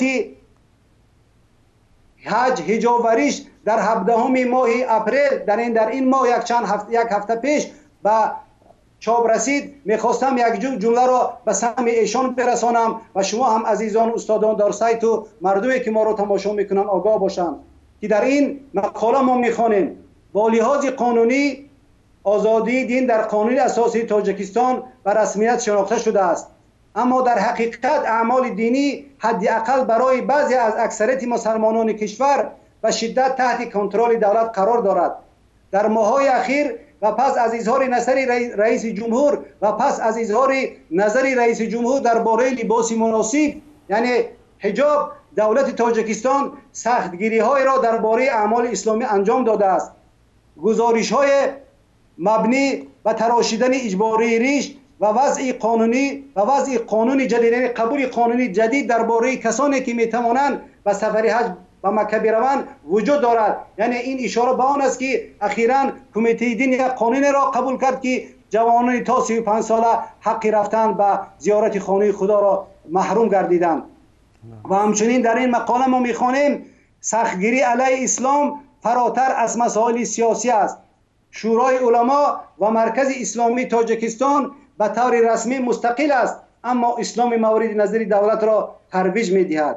بنابر همین من نمیخوام در این باره بسیار چخور بروم، زیرا همه این مسئله ها چون آینه روشن است، چون آفتاب معلوم است که امروز نسبت مسلمانان در مناسبت دین، در مناسبت برخورد مردم مسلمان چگونه مثلا عذاب و شکنجه و چگونه مثلا محدودیت ها وجود دارد که حتی انسان ها نمی توانند که معرکه های خود را آزادانه انجام بدهند. بعضی علما، بعضی دانشمندان ممنوع الورود به بعضی مناطق اعلان گردیده هستند و هر رئیس حکومت محلی می تواند آمدن این علما یا آن عالم را به این منطقه تنظیم بکند و اجازه ندهد که در چنین چاره‌بینی ها اشتراک بکند. و کار تا به جای رسیده است که بعضی انسان ها بعد از گذراندن چنین معرکه ها مجازات شدن، از کار رانده شدن، یا که جریمه های خیلی هم کلان برای ایشان اعلان کرده شد که این در حالتی که تاجیکستان یک وضعیت بحرانی دارد از نگاه اقتصادی و اجتماعی، خیلی یک مصیبت است، خیلی یک وضعیتی است. باید که ما امروز به خود بیاییم، باید که ما امروز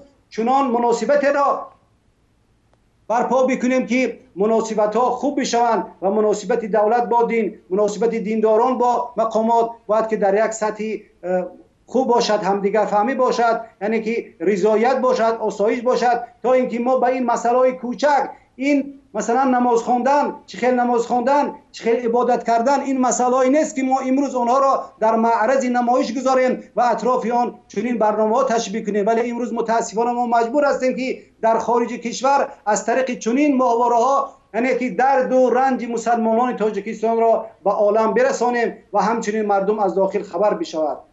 بله، من تشکر میکنم استاد اسدالله ولیزاده. همین لحظات پیش خبری رو یکی از دوستان عزیز از صفحه رسمی تاج نیوز برای ما فرستادن. عزیزان اگر این صفحه رو بتونن نشون بدن، این صفحه سایت تاج نیوز هست که این مسجد زیبا رو میبینید در اینجا که دارای دو مناره زیبا هست و جدیداً تصمیم گرفتن که این دو مناره زیبای این مسجد رو تخریب بکنن.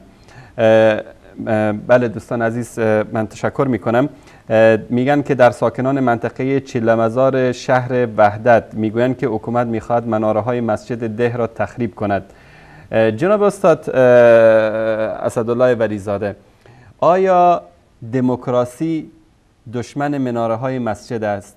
آیا دموکراسی دشمن روسری و چادر زنان هست؟ آیا دموکراسی مانع از رفتن اطفال و کودکان به مساجد می شود؟ البته. بفرمایید. تشکر استاد گرامی. در رابطه با این سوال میتوانم چنان یک مثال، یک نظر دیگری هم بیارم که همچنانی که شما گفتید که بعضی مناره ها در مسجد ها تخریب کرده می شوند.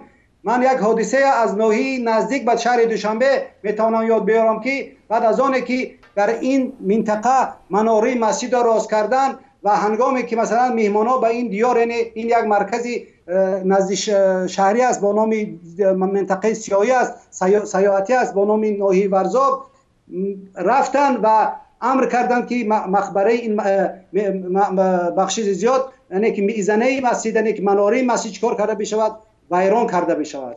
این خیلی جای تأسف و نگرانی است. البته در رابطه با سوال شما همین را میتوانم اشاره بکنم که اینها همه قانونهایی که قبول گردیدن و این واکنش ها و این مناسبت های درسته که امروز دارن مقامات نسبت مسلمانان و مساجد انجام میپذیرند، همه مغایر و پرینسیپ ها و اصول های دموکراتی هستند، اصول های حقوق بنیادی هستند. حالا که در باب یکمی سرقانون کشور آمده است که تاجیکستان کشوری حقوق بنیاد دموکراسی است، یعنی مردم سالاری است باید که به این کارها ما باید خاتمه بخشیم و از پس آبادی کشور بشویم، از پس یعنی که تعمیر کشور بشویم، از پس آن بشویم که مردم زندگی آسوده داشته باشند. درست. من تشکر می کنم از جناب استاد اسدالله ولیزاده، فعال سیاسی مذهبی تاجیک که با ما همراه بودند. اگر در پایان پیامی دارید برای ملت شریف و متدین تاجیکستان دوست داریم از شما بشنویم. تشکر زیاد. همه آن فکر و عقیده هایی که میخواستم من ارائه کردم و همچنین بعضی از دوستان و استادانی که پیش از من برآمد کردند بعضی پهلوهای مسئله را روشن کردم. فقط میخواستم با یک مصرع شعر از میرزا قادری بدیل این برنامه و این برآمد خود را انجام بپذیرم، حسن خاتمه بخشم که حضرت فرمودند زمانه که جوان را و برکشد بدیل، هر کی راست رود خاری چشم افلاک است. زنده باشید. تشکر میکنم از شما. برای شما موفقیت دائم آرزو میکنم استاد. الله متعال حفظتون کنه. خب تشکر میکنم از عزیزانی که تا این لحظه با ما همراه بودن و متاسفانه تماسمون با پروفسور شاکر حکیموف، حقوقشناس و فعال جامعه مدنی در تاجیکستان برقرار نشد.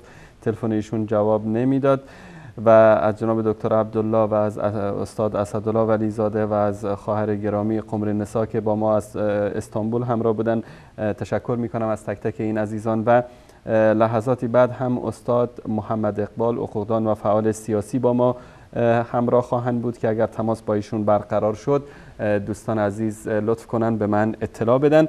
من تماسایی از عزیزان بیننده را از طریق اسکایپ میگیرم. برادر عزیز عبدالرحمانی بفرمایید. سلام علیکم و رحمت الله. علیکم السلام و رحمت الله و برکاته. الله اجرتون بیاد. خواستم با دکتر انصاری صحبت کنم، با برادر انصاری. بله من صدای شما رو دارم میشنوم و صدای شما داره پخش میشه در استودیو. بفرمایید برادر عزیز. شما برادر انصاری هستید. الله خیرتون بیاد. سلامت باشید. الله متعال شما رو حفظ کنه. بفرمایید برادر گرامی. قبل از همه پروردگار رو دعا هستم که شما رو توفیقتون رو زیادتر، اخلاصتون رو زیادتر، قلبتون رو پاکتر و محبت خودش، پیامبرش و دین اسلام رو در دل شما جایگیر کنند. آمین آمین.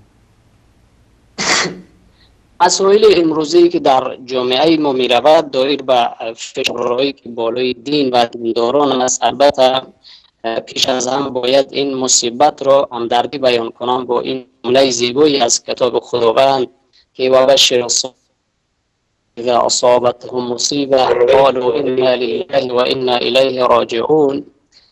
البته این یک مصیبت بسیار هم بزرگ است، مصیبتی که امروز بالای ما هست، بالای مسلمانان و علما و پیشوایان دین. این مصیبت است وزنین‌تر از این باید باز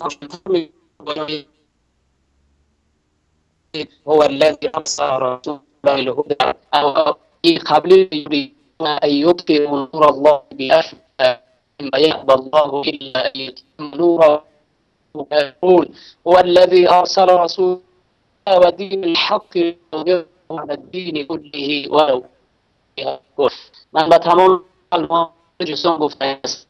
آیه اولا شما را همدردی را با اون آیه بیان میکنم. دوما شما هرگز ناامید نباشید. جل جلاله ما را در قرآن در چندین آیه و این آیه خواندم این نور حروف کنم.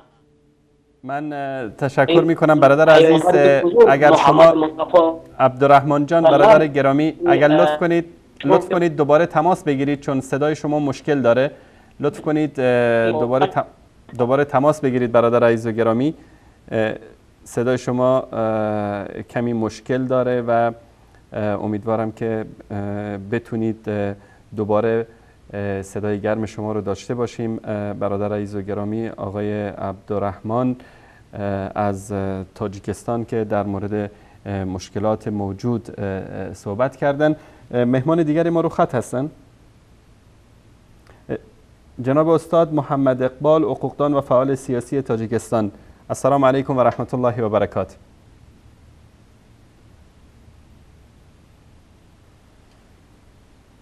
من صدای استاد رو ندارم، اگر تماس با ایشون برقرار شد. جناب استاد، جناب استاد محمد اقبال، حقوقدان و فعال سیاسی تاجیک، صدای من رو میشنوید؟ خب دوستان دوباره سعی کنن که تماس بگیرن با جناب استاد. برادر عبدالرحمن از طریق اسکایپ تماس شما دوباره برقرار شد، بفرمایید، ادامه صحبت شما رو میشنویم. خب ادامه صحبتم این که برادر عزیزم، من با تمام مردم تاجیکستان گفتنی هستم که هرگز ناامید نباشند. خداوند مهربان ما را وعده کرده است ان شاء الله که ما را نصرت میدهد با این آیه هایی که خواندم. و اصلا یک طالب علم و یک شهروند آزاد این کشور مسئولیت این همه مشکلاتی که در جامعه هست، مشکلات اقتصادی و سیاسی و خاصتا مشکلات دینی، این را اولا از علما و ثانیاً در گردن علما و ثانیاً در گردن حکومت و ثالثاً در گردن خود همین حزب نهضت اسلامی میدونم. چون که در زمانی که ما در زمان شوروی اسلام با وجود فشارهای کمونیست ها خیلی هم خوبتر بود، همون خیلی که برادرها عرضه کردم. بعد از جنگ شهروندی در داخل کشور و کشتارها و قتل عام و این همه مشکل، با وجود این هم وقتی در سال 97 که اینها سازشنامه صلح را با هم بستند، از همون وقت تا 2015 امسال همیشه ما فشار داریم.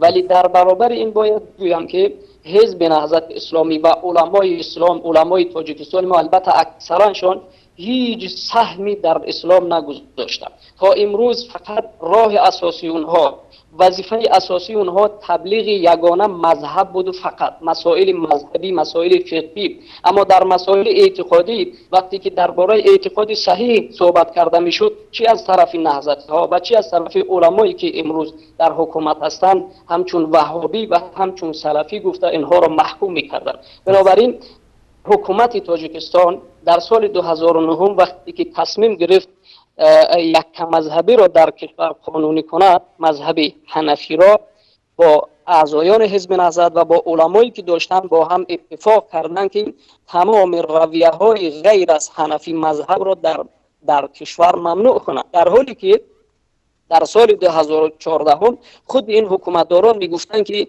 جریان هایی که امروز از نظر سلفیه و ضرر سیاسی در کشور ندارد، بلکه اونها میگفتند که برعکس اینها نشانه شوی تاجیکستان است. ولی خود این علما و این نهضتی هایی که اکثرانشان از ایران بودن و البته تحصیل کرده ایران بودن، اینها با هم همه اینها را با نام وهابیت در جامعه مشهور کردند که حتی نمیتونستن انگشت سبابه را در اتحیات. علمای ما با اینها وقتی که در مقابل ایستادن همون قیل برخورد سخت می‌کردن که شکایت ها با شکایت می‌رفتن نزد حکومتداران، این که این جوانان را از مسجدها باید بیرون کرد. اینهایی که خاصتا در کسانی در مثل دیگر دولت‌های اسلامی تحصیل کردند. بنابراین اینها همه با هم یکجا شدن و تمام رویه های اهل سنتی، تمام رویه های قرآنی و سنتی را با هم شکست دادن. امروز نوبت خود اینها شد. من یک سوال دارم از اعضایان حزب و علمای کشوری که امروز در حکومت ها کار میکنند. از حزب نهضت سوالم این است: از سال 97 که شما با حکومت صلح کردید، همچون حزب کشور شناخته شدید، چه خدمتی در اسلام کردید؟ شما در کجا یک مسجد ساختید؟ شما و این را که سال 2008-2009 شرطنامه طلبه هر سال کم میکردن. اکثر متخصصینی که در حزب هستند همشون تحصیل کرده قم هستند و اون برنامه اولی که سید عمر حسینی این را رد کرد و گفت که فشارها بالای جوانانی که حتی در قم هم خواندن هست، این دروغ محض است. چون که ما میبینیم حتی در جایی که من زندگی میکنم، جوانانی که در قم تحصیل کردن آزادانه میتونن هر جا بروند، هر جا بخواهند، هر چیز بخواهند بگویند و همیشه سخنشون این است که وحدت و سلفیت و نمیدونم دیگر. بله. عبدالرحمن برادر عزیز، ما طبق اخباری که داریم رئیس دانشگاه اسلامی تاجیکستان بیش از 9 سال در ایران تحصیل کرده در دانشگاه المصطفی و جدیداً هم پلان و برنامه داره که میخواد مناهج دینی دانشگاه اسلامی تاجیکستان رو عوض بکنه و تبدیل بکنه به مناهجی که از قم ایران میارن، یعنی مناهج لعن صحابه، لعن امهات المؤمنین و عقیده رافضه‌گری رو.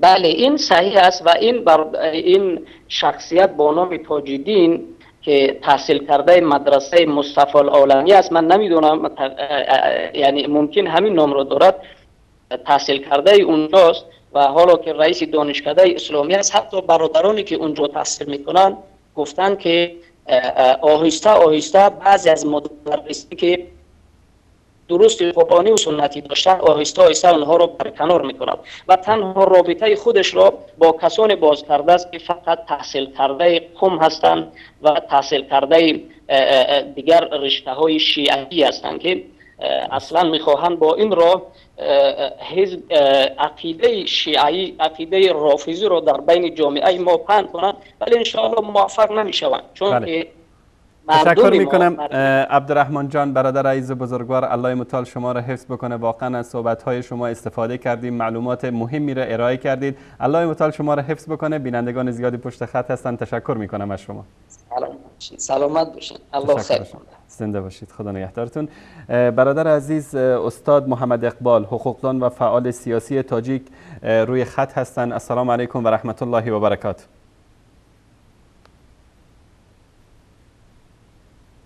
احمد جان، من صدای استاد محمد اقبال رو ندارم. جناب استاد محمد اقبال، حقوقدان و فعال سیاسی تاجیک، صدای من رو دارید؟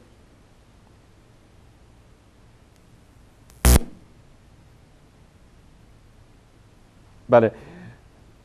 جناب عبدالرحمن برادر عزیزی که از طریق اسکایپ با ما همراه بودن به مطالب مهمی اشاره کردند و اینکه آنچه که گفته می شود در مورد محدودیت هایی که برای کسانی که در ایران و در قم و در دانشگاه مصطفی العالمی در قم درس خوندن. درس چی خوندن میدونید در اونجا؟ درس توهین به امام ابو حنیفه رحمت الله علیه، درس توهین به صحابه پیامبر صلی الله علیه و سلم، درس توهین به امهات المؤمنین، درس توهین به اعتقادات اهل سنت و مذاهب اهل سنت و بزرگان اهل سنت. و امروز اینا اون چهره واقعی که دارن در تاجیکستان تا هنوز رونما نکردن، آشکار نکردن. اینها بعد از اینکه در دولت نفوذ بکنن، در حکومت نفوذ بکنن و در اون زمان چهره واقعی اینا آشکار خواهد شد و همان مصیبتی را که برای اهل سنت در سوریه و در عراق و در افغانستان و در دیگر کشورها آوردن، در تاجیکستان هم خدای نکرده بر علیه اهل سنت خواهند آورد. و اگر علمای تاجیکستان حرکت نکنن، اگر که حکومت تاجیکستان حرکت نکنه و جلوی نفوذ اینها رو در تاجیکستان نگیره، اینها تاجیکستان را به سوی جنگ داخلی مذهبی شیعه و سنی خواهند کشاند. اینها دشمنان وحدت اسلامی هستند.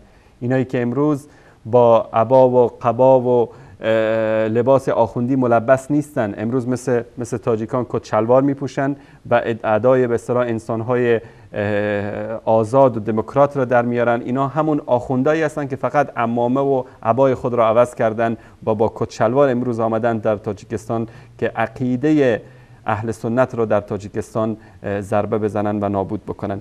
اگر تماس ما با استاد محمد اقبال برقرار هست، دوستان به من اطلاع بدن. بسیار خوب، تا تماس ایشون برقرار میشه من یکی از بینندگان را از طریق اسکایپ میگیرم.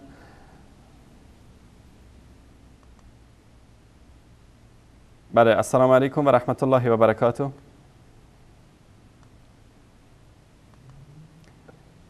بیننده عزیز جناب زکریا. السلام علیکم و رحمت الله و برکاته. علیکم السلام و رحمت الله و برکاته. كيف أخي محمد أنصاري؟ بارك الله فيك وشكر الله خطاك. حیاکم الله. برادر عزیز گرامی، مایک در خدمت شماست، صدای شما رو میشنویم، بفرمایید. بارك الله فيك وجزاك الله خيرا. حقیقتا هم برادر عبدالرحمن خیلی خوب قید کردن. بارك الله فيكم. امروز بدترین مبارزه که در تاجیکستان ما رفته شده است مبارزه علیه اهل سنت و الجماعت، آنهایی که بردارندگان دعوت حق هستند و البته یگان اشکالات برای اهل تشیع وجود ندارد و مع الاسف الشدید آنهایی که با شما تماس گرفته ایستادند و صورتهایی را که برای شما ارسال کرده هستند مع الاسف همه چهره‌های شیعی تبار هستند، آنهایی که در دو دروازه اهل تشیع در تاجیکستان برای مردم تاجیکستان گشاده هستند که گویا آنها مظلوم باشند از مظلومیت اونها به سوی شما شکایت میکنند، لکن مظلوم و شکایت دیدگان کسان دیگه هستند.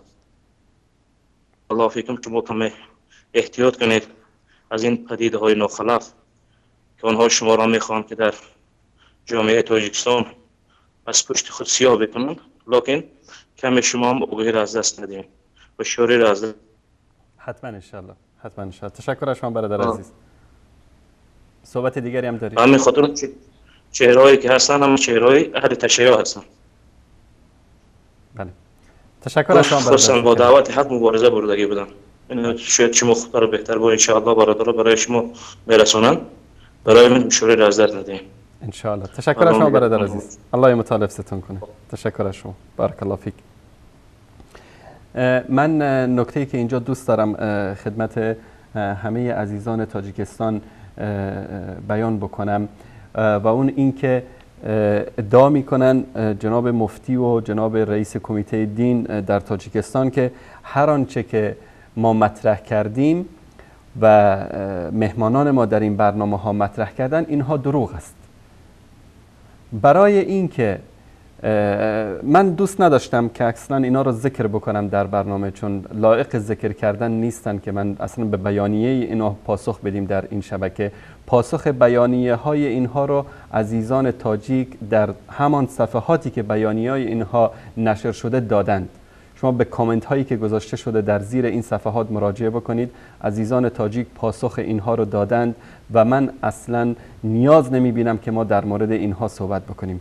منتها خواهش من از عزیزان تاجیک این است که همه این مخالفت ها با دین، برداشتن حجاب، تراشیدن ریش، بستن مسجدها، تبدیل مسجدها به قهوه‌خانه و مراکز فرهنگی و همه مخالفت های دینی که در تاجیکستان صورت میگیره، امروز همه در دست خود موبایل دارن. شما میتونید که همه این صحنه ها رو فیلم برداری بکنید، عکس برداری بکنید.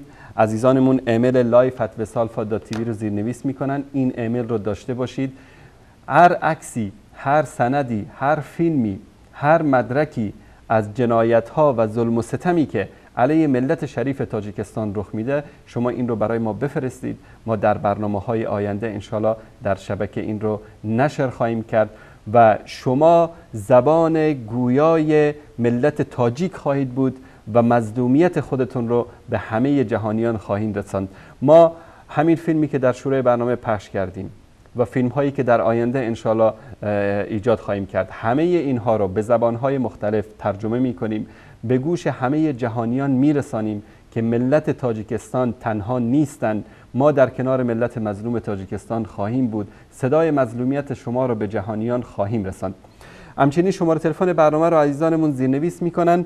دوستانی که امکانات ندارن که از طریق اسکایپ صحبت بکنن میتونن از طریق شماره تلفن برنامه هم تماس بگیرن. استاد محمد اقبال، حقوقدان و فعال سیاسی تاجیک، اگر شما رو خط هستید خدمت شما عرض سلام و ادب دارم. الو. بله سلام علیکم جناب استاد، شب شما بخیر.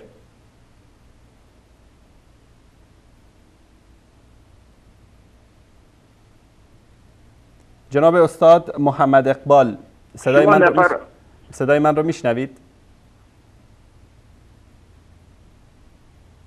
ندادیم.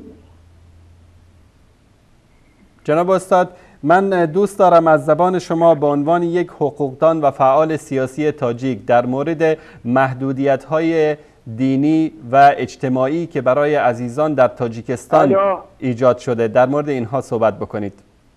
صدای من رو دارید؟ الو. بله احمد آقا مثل این که صدای من رو ندارن استاد محمد اقبال. خب من از جناب استاد محمد اقبال حقوقدان و فعال سیاسی تاجیک معذرت میخوام که ما نتونستیم صدای ایشون رو در برنامه امروز داشته باشیم، مثل اینکه مشکلی در وسیله تماس با ایشون وجود داره. تشکر میکنم از ایشون و عرض پوزش دارم خدمت استاد محمد اقبال حقوقدان و فعال سیاسی تاجیک که دوست داشتن در مورد مشکلات حقوقی ملت تاجیکستان صحبت بکنن. از طریق اسکایپ تماس شما عزیزان رو میگیریم. بله، السلام علیکم و رحمت الله و برکاته. السلام علیکم و رحمت الله و برکاته. صدای من دارید آقا؟ صدای شما رو دارم برادر عزیز و گرامی، بفرمایید.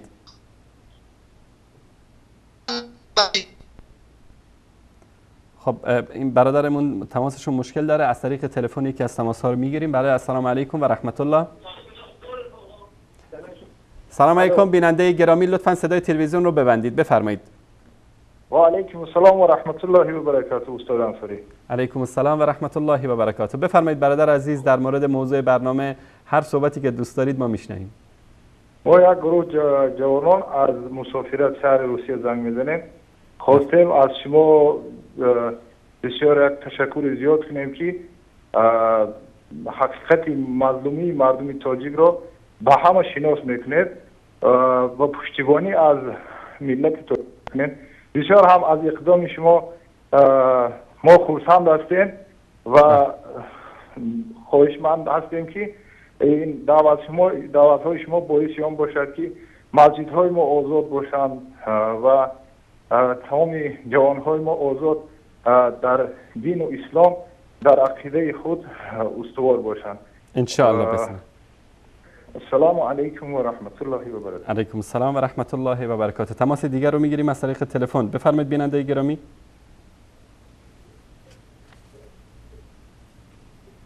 السلام علیکم و رحمت الله، بفرمایید. علیکم السلام و رحمت الله. کمی بلندتر صحبت کنید بیننده گرامی. بفرمایید. الحمدلله. خب تماس بعدی رو دوستان عزیز وصل کنن. السلام علیکم و رحمت الله.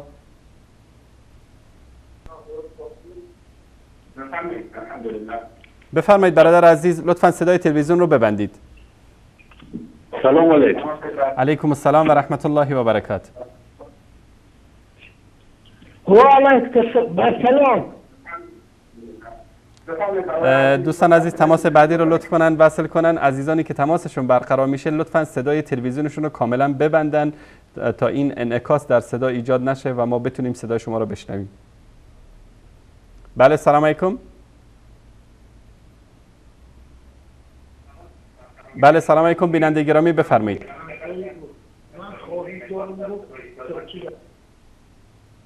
خب تماس بعدی رو من از طریق اسکایپ میگیرم. بیننده گرامی السلام علیکم و رحمت الله.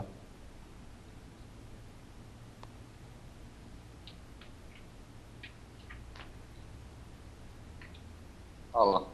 بله بفرمایید برادر عزیز. الله. بله، سلام علیکم، بفرمایید. سلام علیکم و رحمت الله و برکاته. علیکم السلام و رحمت الله و برکاته. بفرمایید بیننده گرامی، صدای شما داره پخش میشه. استاد انصاری، بازم خیلی خوشحالم استاد عزیز که این دویم تماس من با شماست و از این روز به بعد ان شاء الله با این محبتی که نسبت شما داریم زود در تماس شویم. خیلی سپاسگزارم حضرت که باز در برنامه‌تون ما مردم مظلوم مسلمان تاجیکستان را در چشم جهان نشان میدید و از حکومت و حکومتداران ظالمانه تاجیکستان تمام مسلمان های جهان را آگاه میکنید. خداوند همیشه شما را و اهل خاندان شما را در امن خود نگه دارد و سعادت دنیا و آخرت نصیبتان گرداند. سلامت باشید. استاد، یک گفتنی دارم. ما خیلی نگاه داشتیم که این مکرم پیوست می شود با شما و چند گفتنیات نسبتی بود داشتیم. ما خوش نمیداریم که به عنوان جناب مفتی یا سعید عنوان تیم با اون کس. حضرت استاد، این مکرم از منبر بار هم منکرات حکومت پلید رو من نکرده است و اگر شما آگاهی داشته باشید رولی که ویدیویی رو که پیشکش کردیم در فیسبوک و کلاسنیک چگونه جوانان رو به مسجد نمی‌گذارد. آن همان مسجد، همان مدرسه هست در همان جا که کارمندان پلیس تنگ قرضدار بچه ها رو منع میکردن از مسجد، اون همان مدرسه و مسجد همان انسان است، چرا اونها رو منع کرد؟ برای چی میگم بار هم گپ نمیزنند؟ ایدهای نصرانی ها رو جشن میگیرد، بار هم منع نمیکند. حضرت استاد برادرای ما در زندان ها قرار دارند، آنها را تهمت زده ایستادند به عنوان حزب تحریر، آنها را فشار آورده ایستادند که آنها این تهمت ها را بالای خود قبول دارند و آنها را زندانی کنند. این بار هم از آنها خبردارند. استاد عزیز، استاد عزیز قرآن را به منفعت خود تحلیل و تفسیر میکنند و گویا که آیت قرآن فقط ضدیت به حزب اسلامی تاجیکستان باشد، لیکن حزب دموکراتی از دین همین گونه مکرم ها بوده است و چنین اشکمچران ها. استاد عزیز، او احترامی که ما نسبت شما داریم نمیگذارد که این مکرم رو ما خیلی سخنهای بد و خوبی که دارم در بگم. حضرت استاد و قسم این عصبانیت و بدبینی من فقط به خاطر الله، فقط به خاطر دین الله است. حضرت اینها پایمال کردن دین الله را به بیز و ریش و سطر را به فحشا اعوذ بالله تبدیل دادند. برای این گونه افراد استاد عزیز چه گفتنی ها داره؟ استاد عزیز مردم تاجیکستان، استاد عزیز بخشش که خیلی وقت شما را گرفتم، این گفتنی های ما استاد پارس و تپیل بردند در عدل اکتیبرسکی ناحیه اسماعیل سامانی کوچه آزادی زنان بسیار تهدیدها کرد، یک کلی پدر لعنت معرفی نکرد. وقتی ما رو به دیگر غلامانش فرمان داد که ریش مرا تراشند و خیلی دشنامها کرد که در ریشت فلان کنم. من گفتم که این ریش سنت است، گفت سنت فلان کنم، نعوذ بالله. الله المستعان. الله المستعان. استاد عزیز خیلی فشارها آورد، نه پدر و نه مادر بمو همه دشنامه را کرد و او غلامانش که رفته او ریش تراش را آوردند. الحمد پیام بود و وقتی ریش مرا دید گفت پلیس را گفت که من ریشش سنتیه هم مسلمان دست بزنم. بله، من تشکر میکنم از شما برادر عزیز. صدای شما داره قطع و وصل میشه، مشکلی در اینترنت دارید. الله متعال حفظتون کنه و پیام شما رو دریافت کردیم. امیدواریم الله سبحانه و تعالی شر این ظالمان رو از سر ملت شریف تاجیکستان دور کنه. رحمت الله و برکاته. جزاکم الله خیر و بارک الله فیک. بله احمد جان، تلفن رو وصل کنید. خیلی خوب. بله سلام علیکم بیننده گرامی، بفرمایید. اسم من مهدی. مهدی جان برادر عزیز بفرمایید، صدای شما داره پخش میشه. بله، اولا من متشکر هستم استاد عزیز از شما و کسانی که با شما دستیاری و کمک میکنند. سلامت باشید، وظیفه ماست و برادر عزیز. میخوام تمام انسانیت رو، چه علما باشد، چه داعی باشد و چه دیگر از جمله انسان، به توحید، به تقوا و عدالت یعنی من دعوت بکنم. بفرمایید. چگونه که پیامبر چگونه که پیامبر صلی الله علیه و سلم تمام رسولان را الله به یک وظیفه دار کرد. ولقد بعثنا فی کل امه الرسول ان یعبدوا الله واجتنبوا الطاغوت. امروز متاسفانه ما این راه ترک کردیم. متاسفانه ما فما یکفر بالطاغوت و یؤمن بالله، ما با طاغوت کافر نشدیم امروز. و امروز انسان هایی که با میبرند با شما تماس میگیرند، میگویند زیرک باشین، این باشین، اون باشین. والله بالله تالله قسم استاد عزیز، یکی از همین مولاهایی که درباری هستند، اونا به همین خیل نو، به همین خیل حیله دل شما را یافتنی میشن، ما را سیاه میکنند. ما در مهاجرت قرار داریم. چرا ما امروز مالکم کیف تحکمون؟ ای برادرانی که در حکومت کار میکنین، از جمله مولا مکرم، سعید و دیگر محمدی، امروز استاد عزیز، امروز در مابین ما برای چی ما غلبه نمیگیریم؟ به خاطری که در مابین ما منافقات زیاد شدن. انسان های پیدا شدگی هستن که فرمانی همون طاغوت لعین واجب فرض میدونند و کسانی که ضد او سخن کنند او را واجب میدونند که در دولتی ظالمانه بسپارند در دست حکومتدارا. کجا است؟ ما لکم کیف تحکمون. الله در قرآن میفرماید اتبعوا ما انزل الیکم من ربکم ولا تتبعوا من دونه اولیاء قلیلا ما تذکرون. کجا شدین؟ اعدلوا هو اقرب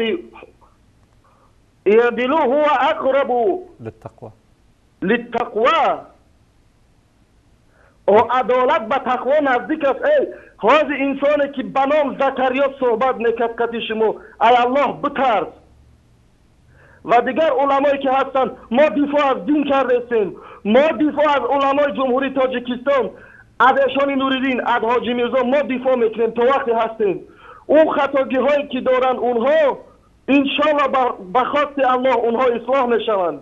اما گروهی که امروز پیدا شد مسجدها را محکم کرد برای سلفی هایی که در تاجیکستان داخل شدند از نماز سر کردن. تو نماز ناطقی میخونی، تو نماز از ایخل میخونی، نماز تو درست نیست.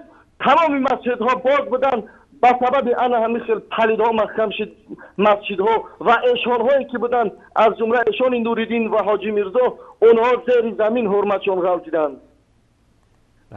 تشکر از شما برادر عزیز گرامی. الله متعال حفظتون کنه. خداوند شما را حفظ کند. همچون استاد عزیز بفرمایید. من این فکر من است که الله بر ضد فرعون موسی را آفرید و بر ضد امام علی که طاغوت است انشاءالله شما و برنامه شما را آفرید. الله متعال حفظتون کنه. این حسن ظن شماست برادر عزیز. الله متعال حفظتون کنه. تشکر از تماستون. خداوند نگهبان شما باشد. سلام علیکم و رحمت الله. علیکم السلام و رحمت الله و برکاته. من خواهش میکنم از عزیزان تاجیک که ما در این برنامه هدف ما این قوانین جائرانه و ظالمانه حکومت تاجیکستان بر علیه شاعر دینی است. من خواهش میکنم که بحث رو به طرف مسائل حزبی و تنظیمی نکشند. بحث ما بحث احزاب نیست که فلان حزب این کار کرده است، فلان شخصیت این کار کرده است. هدف ما محدودیت های دینی و مذهبی که بر علیه مسلمانان تاجیکستان هر کسی میخواد باشه. ببینید وقتی که ادعا میکنن که دموکراسی است، من در برنامه گذاشتم اینو گفتم، در شروع این برنامه هم ذکر کردم که همین دموکراسی که بهش اعتقاد دارید به همین عمل بکنید. ما از امام علی رحمانوف نمیخوایم که حکومت خلافت عمری برقرار بکند. از امام علی رحمانوف نمیخوایم که قرآن و سنت رو، گرچه وظیفه او است که قرآن و سنت رو در تاجیکستان نافذ بکند اگر که ادعای مسلمانی میکند. ما حکومت اسلامی نخواستیم، ما از او خلافت اسلامی نخواستیم. ادعا میکنه انسان دموکرات است، انسان آزاد است. آزادی بدهید به مردم. عزیزان اگر که فیلم منع کودکان از مسجد را اگر داشته باشن، احمد آقا آماده است این فیلم؟ بله، این فیلم رو انشالله آماده خواهند کرد دوستان. این فیلم رو میبینیم لحظاتی بعد. تا آماده شدن این فیلم من یکی از دوستان عزیز رو از طریق اسکایپ میگیرم. السلام علیکم و رحمت الله. و علیکم السلام و رحمت الله و برکاته. بفرمایید بیننده عزیز و گرامی. بله صدای شما رو داریم، بفرمایید. بیننده دیگری از طریق اسکایپ بفرمایید. سلام علیکم و رحمت الله و برکاته. دوملا حضرت سلام خود را بر شما و بر برنامه شما میرسانم. سلامت باشید. حضرت ما یک گروه جوانانی که مهاجرند باور کنید بر ما چنان یک عادت و انس گرفتیم که هر یک برنامه شما رو با انتظار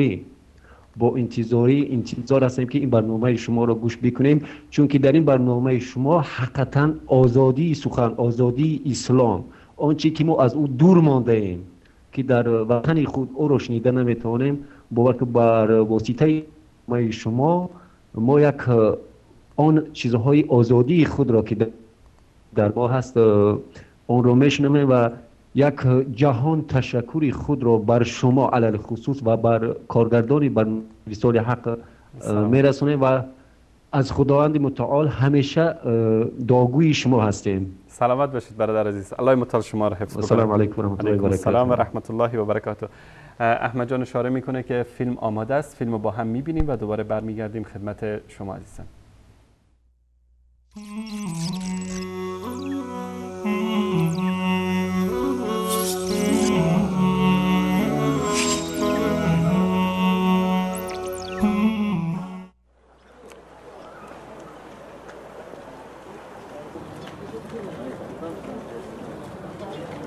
برادر پیجی یا چی نداری؟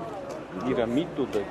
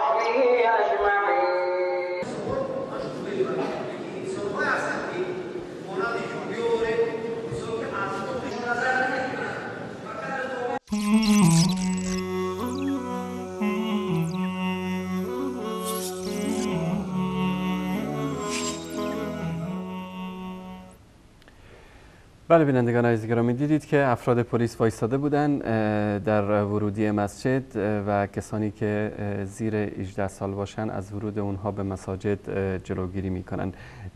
بیننده دیگری از طریق تلفن خواهیم داشت. السلام علیکم و رحمت الله و برکاته.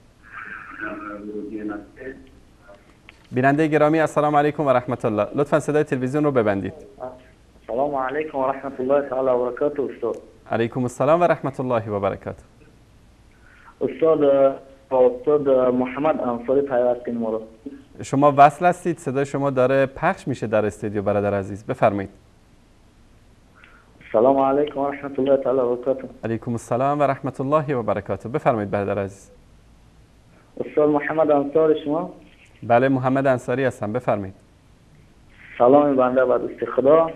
سلامت باشید. استاد برای ما و شما همچون معلوم است که جامعه جمهوری تاجیکستان یعنی پر از فتنه و ناآرامی و ظلم ستم علیه مسلمان ها و علیه دین اسلام هست و خداوند رب العزت خطاب به این منافقین، خطاب به این کفار و خطاب به این کسان میکنه که بسم الله الرحمن الرحیم و بشر المنافقین بأن لهم النار، یعنی بشارت بر این منافقات که جای اینها دوزخ است. به همین خاطر برادر استاد و از شما خواهش دارم این آیه ها و این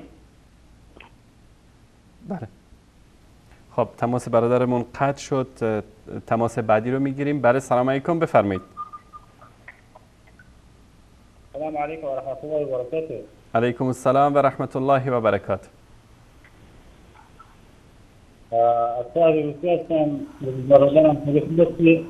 سلامت باشید، الله متعال شما را حفظ بکنه.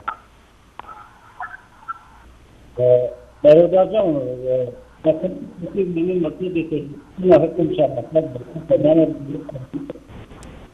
صدای بیننده واضح نیست احمد جان، اگر که لطف بکنید تماس بعدی رو وصل بکنید. من عذر میخوام از بیننده عزیزمون. بله سلام علیکم. سلام علیکم و رحمت الله و برکاته. علیکم السلام و رحمت الله و برکاته، بفرمایید برادر بزرگوار. خسته نباشه. سلامت باشید برادر عزیز، بفرمایید.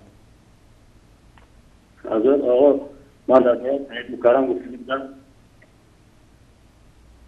بفرمایید. الو.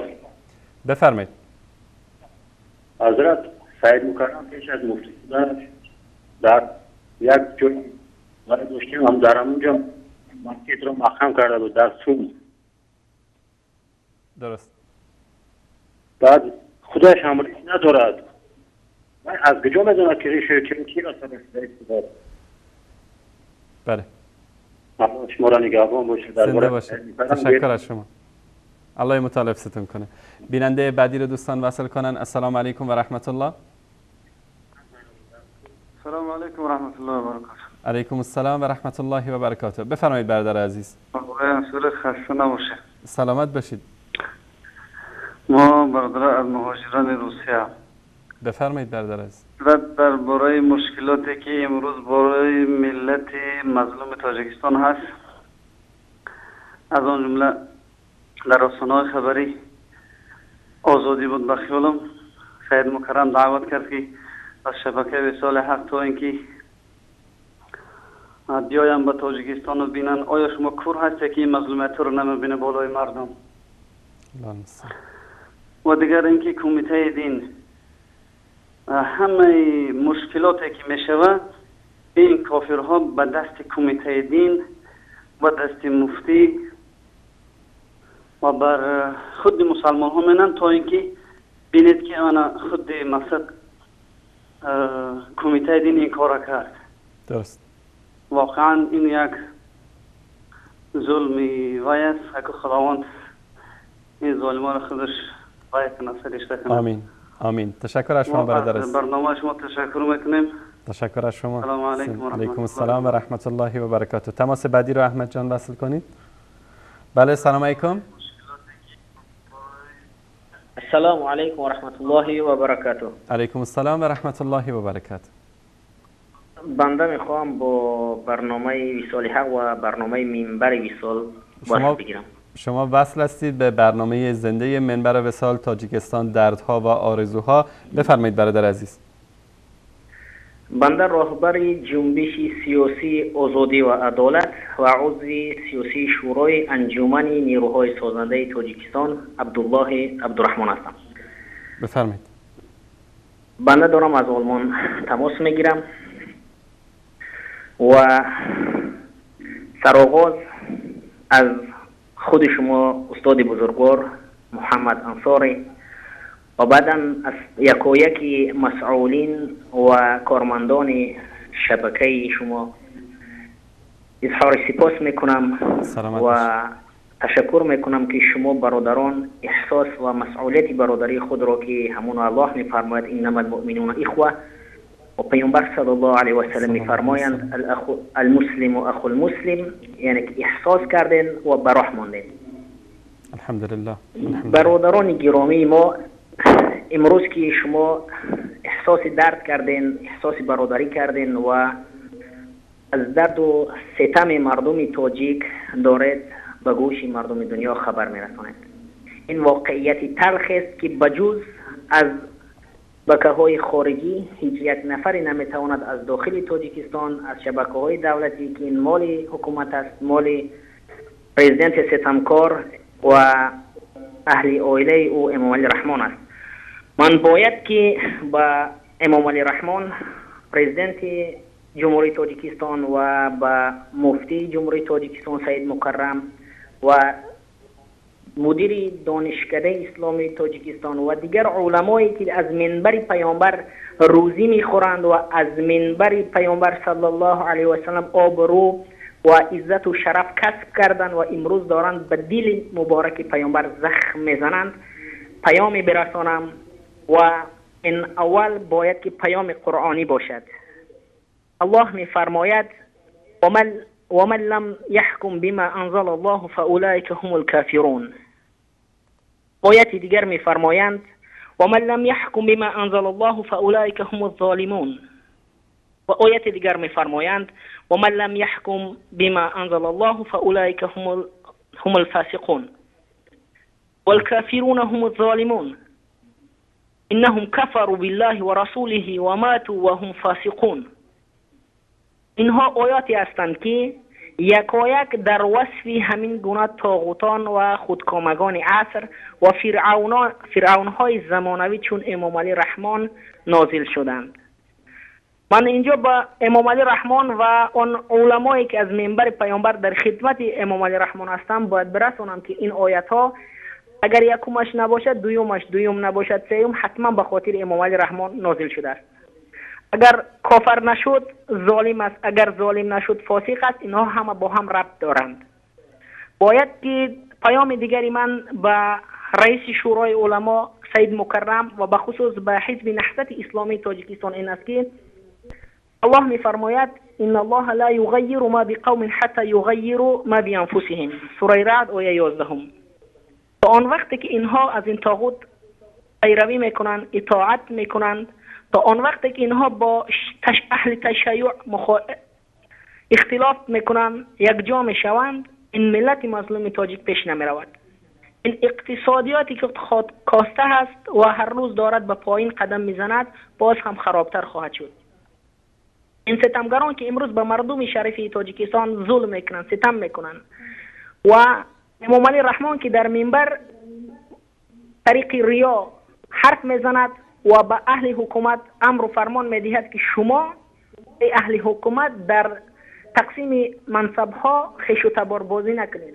این باید بگویم به گوش مردم دنیا باید برسانم که این یک ریای آشکار است، چون که اگر به حکومت بنگریم تمام خویشاوندان امام علی رحمانوف در منصب های والای و بالای حکومت فعالیت میکنند. که رستم امام علی یک پسر 27 ساله که اینجا تحصیل ندیده است، نه تقوا دارد، نه علم دنیوی و نه علم شرعی، امروز با منصب های جایگزین شده است که اون مال دیگر دانشمندان این ملت است، مال دیگر پروفسورها و دیگر دکترهای این ملت است.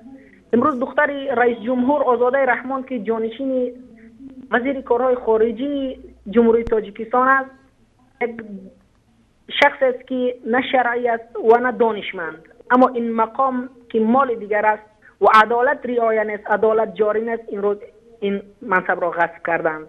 دامادهای رئیس جمهور در تمام کنسولات های جمهوری تاجیکستان در دیگر کشورها از قبال انگلند، لندن، از قبیل روسیه و دیگر منطقه ها، این مقامی که باید که نام ملت ما را در دیگر کشورها بالا برد کسب و غصب کردند.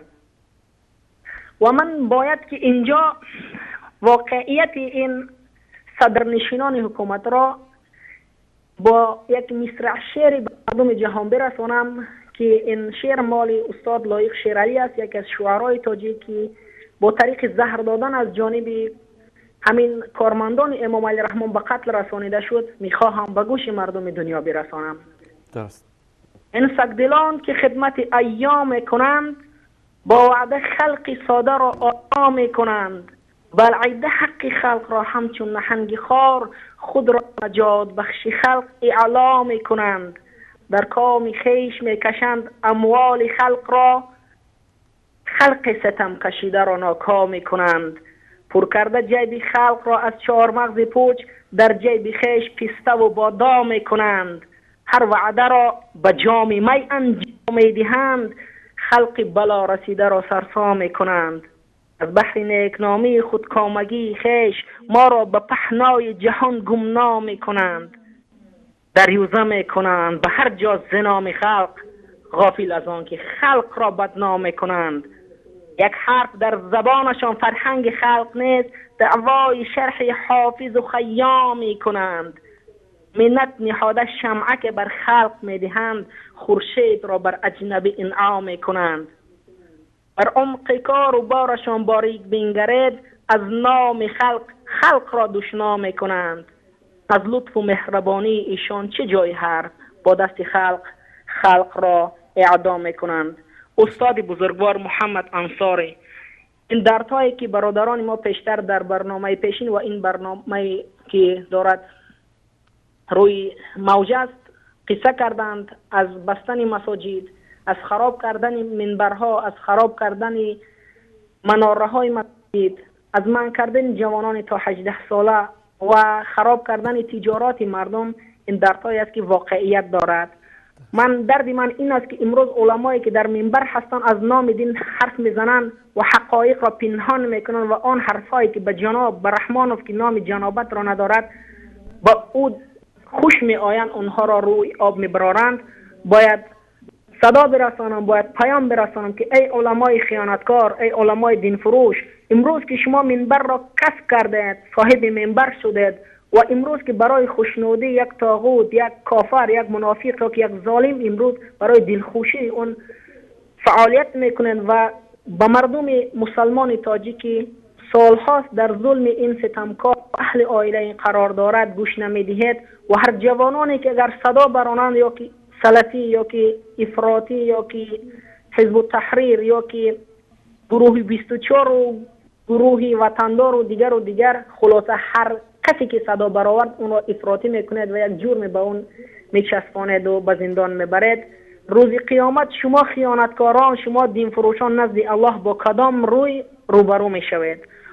با اون پیامبر گرامی که برای این ملت سالها اذیت کشیدند و رنج بردند، شما اون روز قیامت با این پیامبر چگونه روبرو خواهید شد؟ تشکر از شما برادر عزیز. افرنگ بتان خود را سپرده، چه نامردانه در بتخانه مرده، خرد بگانه دل سینه بسوز که از تا کنیاگان می نخورده. سپاسی به پایان استاد انصاری. میخواهم یک پیام دیگر بر برادران مظلوم، خواهران مظلوم تاجیکستان بفرستم که اونها هم تا روز پیروزی بله. لاله این چمن آلوده رنگ است هنوز، سپر از دست میانداز که جنگ است هنوز. فتنه ای را که 200 فتنه به آغوشش بود، دختری هست که در مهد فرنگ است هنوز. اکی آسوده نشینه لب ساحل، برخیز که تو را کار به گرداب نهنگ است هنوز. سری تیشه گذاشتن ز خردمندی نیست، ای بسا لعل که اندر دل سنگ است هنوز. باش تا پرده کشایم ز مقامی دیگره، چه دهم شرح نواها که به جنگ است هنوز. نقش پرداز جهان چون به جنونم نگریست، گفت ویرانه به سودای تو تنگ است هنوز. برادران عزیز، خواهران گرامی تاجیک، هیچگاه ناامید نباشد که الله در حق ما و شما میفرماید ولا تحسبن الله غافلا عما يعمل الظالمون انما يؤخرهم لما تشخص فيه الابصار لیوم تشخص فيه الابصار در سوره ابراهیم آیه 43. ان شاء الله از این ظلم و ستم اینها غافل و بیخبر ندانید و این ستمکاری اینها را برای اون روزی باقی مانده است و گذاشته است که در آن روز چشمها خیره میگردند و ما تا اون روز پیروزی با شما هستیم و ان شاء الله در روز پیروزی اگر زنده باشیم و جام شهادت نصیب ما نشد در تاجیکستان حتما وا میخوریم. به اندازه سپاس استاد انصاری، تشکر زیاد. السلام علیکم و رحمت الله و برکاته. و رحمت الله و برکاته. برادر عزیزمون آقا عبدالله از آلمان. بیننده بعدی را احمد آقا وصل کنید. برای سلام علیکم. سلام علیکم و رحمت الله و برکاته. علیکم السلام و رحمت الله. بفرمایید برادر عزیز. استاد انصاری خوبه؟ سلامت باشید. خواهرم شما را پیروز کنه استاد. آمین آمین. در باب راهون گفتنیم که مثلا در اون که یعنی که راهون برای راهون کیمچه گفتنیم، راهون اصلا از پول گردکای باغچه رفتگی هلو. درست. الو. بله بله صدای شما داره پخش میشه، بفرمایید. یک نمود قواز اینا سهمیه گفته در گردن مردم تاجیک بار کردن که همین سهمیه را هر کدوم شما باید مبلغ گذاری کنید. نمیذاری گودکت مکتب نمیره، نمیذاری گودکت ثابت نمیره، نمیذاری کار نمیکنی و همه این پول جمع کردن در جیب خودشون زدن. الله المستعان. الله متعال از اینا انتقام بگیره برادر عزیز. انشالله دامنه. بعد یک چیز استاد انصاری بفرمایید. مردم تاجیک یک مردم ترسو شده، یک شما یک مردم یک نصیحت کنه، یک راه نشان شه که اینا چیکار کنن یک ترسو شده. همه ظلمه که در سر اینا میان سر خم سر بلند نمیکنن. انشالله. تشکر میکنم از شما برادر عزیز. الله متعال حفظتون کنه. تشکر از شما. من به شما بگم همین الان ما تقریبا حدود 1 2 3 4 5 6 7 8 9 10 11 12 حدود 14 15 نفر از طریق اسکایپ الان در حالت تماس هستند و همه خطهای تلفن پر است و این نشان میدهد شجاعت مردم تاجیکستان را و همت و غیرت ملت تاجیکستان را که حاضرند در مقابل ظلم، در مقابل طغیان، در مقابل کسانی که حق اینها رو به زور گرفتن حرف بزنن. این شروع یک قیامی هست که ان شاء الله این ظالمان یا اصلاح می شوند یا توسط ملت شریف تاجیکستان به زباله‌دان تاریخ فرستاده می شوند. این اگر که تا هنوز هم در خواب غفلت هستید، دولت مردان تاجیک، علمای تاجیکستان که از این ظالمان دفاع می کنید، از الله اگر نمی شرمید، از پیامبر صلی الله علیه و سلم اگر نمی شرمید، از امام ابو حنیفه اگر خجالت نمی کشید از دستورات این امام بزرگوار که در زندان حکام به خاطر دین خدا جان خود را داد. شما که ادعا می کنید حنفی هستید، پیرو امام اعظم ابو حنیفه رحمت الله علیه هستید، از امام اعظم یاد بگیرید که چگونه در مقابل ظلم، در مقابل ستم قیام کرد. حاضر شد که در زیر شلاق‌ها جان بدهد، حاضر شد که جان خود را فدا کند، اما منصب حکومتی را قبول نکرد. من نمیخوام از آیات قرآن بگویم که دهها بلکه صدها آیه قرآن هست در این مورد، از احادیث پیامبر صلی الله علیه و آله و سلم که صدها هزارها حدیث هست در مورد این که نباید با ظالمان یک دست شد، نباید با ظالمان همکاری کرد، نباید با ظالمان همیاری کرد. حداقل از امام مذهب یاد بگیرید. جناب سید مکرم، شما که به ما میگید که اینهایی که ما میگیم دروغ است، در این برنامه من کمتر صحبت کردم، من هیچی نگفتم در مورد مشکلات تاجیکستان. آیا همه این کسانی که تماس میگیرن همه اینا دروغ میگوین؟ آیا این ملتی که امروز از طریق تلفن، از طریق اسکایپ شکایت میکنن از ظلم و از جنایتی که بر علیه این ملت صورت گرفته، آیا اینها همه دروغ میگویند؟ اگر واقعا حنفی هستید و پیرو امام اعظم ابو حنیفه رحمت الله علیه هستید، از این امام بزرگوار یاد بگیرید که حاضر شد در زیر شلاق‌های حکام جان بدهد، اما حاضر نشد که منصب حکومتی را قبول بکند، زیرا نمیخواست در کنار حکومتی قرار بگیرد که به کسی ظلم شود، نمیخواست در کنار حاکمی قرار بگیرد که به کسی ظلم شود. امروز متاسفانه شما برای این حکومت چهره دینی ساخته اید. امروز مردم میگویند جناب مفتی تاجیکستان عالم دین است، فلانی فارغ التحصیل فلان دانشگاه اسلامی است که رئیس فلان کمیته دینی شده است. از خدا بترسید. اگر دستورات و فرامین الله و رسولش رو فراموش کرده اید، حداقل با وجدان خودتون بشینید محاسبه بکنید، نفس خودتون رو محاسبه بکنید قبل از این که الله سبحانه و تعالی انتقام این ظالمین رو از شما بگیرن. در همین همسایگی شما در افغانستان دیدید که الله سبحانه و تعالی با ظالمین چگونه رفتار کرد. همونایی که در کنار ظالمین قرار گرفتن، همونایی که همین نور محمد ترکی، کسی که قشون سرخ اتحاد جماهیر شوروی رو به افغانستان آورد، در سرحد ترمز جان داد، با مرض سرطان جان داد، همین روزها یک آمپول براش نفرستادن، دارو براش نفرستادن، اجازه دخول ندادن، همونجا جان داد در حیرتان، همونجا دفن شد. عاقبت کسانی که در خدمت ظالم ها، در خدمت فاسق ها، در خدمت حکامی که به ملت خودشون ظلم میکنن قرار بگیرد، عاقبت اونا این گونه خواهد بود. بترسید جناب مفتی تاجیکستان، جناب رئیس کمیته دین تاجیکستان، علمایی که در کنار این دولت قرار گرفتید و از ظلم این دولت حمایت میکنید، بترسید از روزی که یک وجب خاک در تاجیکستان پیدا نکنید که در اونجا پنهان شوید. از سرگذشت قذافی عبرت بگیرید. 10 سانتی متر خاک در لیبی پیدا نمیشد که قذافی در آنجا پنهان شود. از زیر لوله فاضلاب بیرونش آوردن و اعدامش کردن. از اون روز بترسید.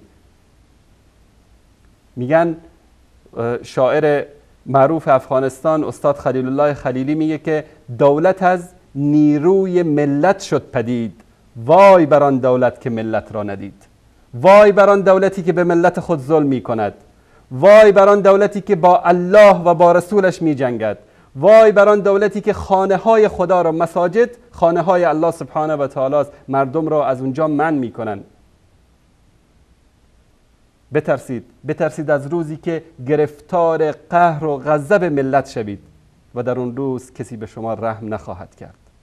نه شهادت نامه شما به درد شما میخوره، نه مدارک تحصیلیتون به دردتون میخوره، نه این کرسی ها و مناصبی که دولت به شما داده به دردتون میخوره، نه اون پول هایی که از رحمانوف میگیرید به دردتون میخوره. در اون روز این غضب ملت شریف تاجیکستان خواهد بود که با شما معامله میکنه و شما رو محاکمه میکنه.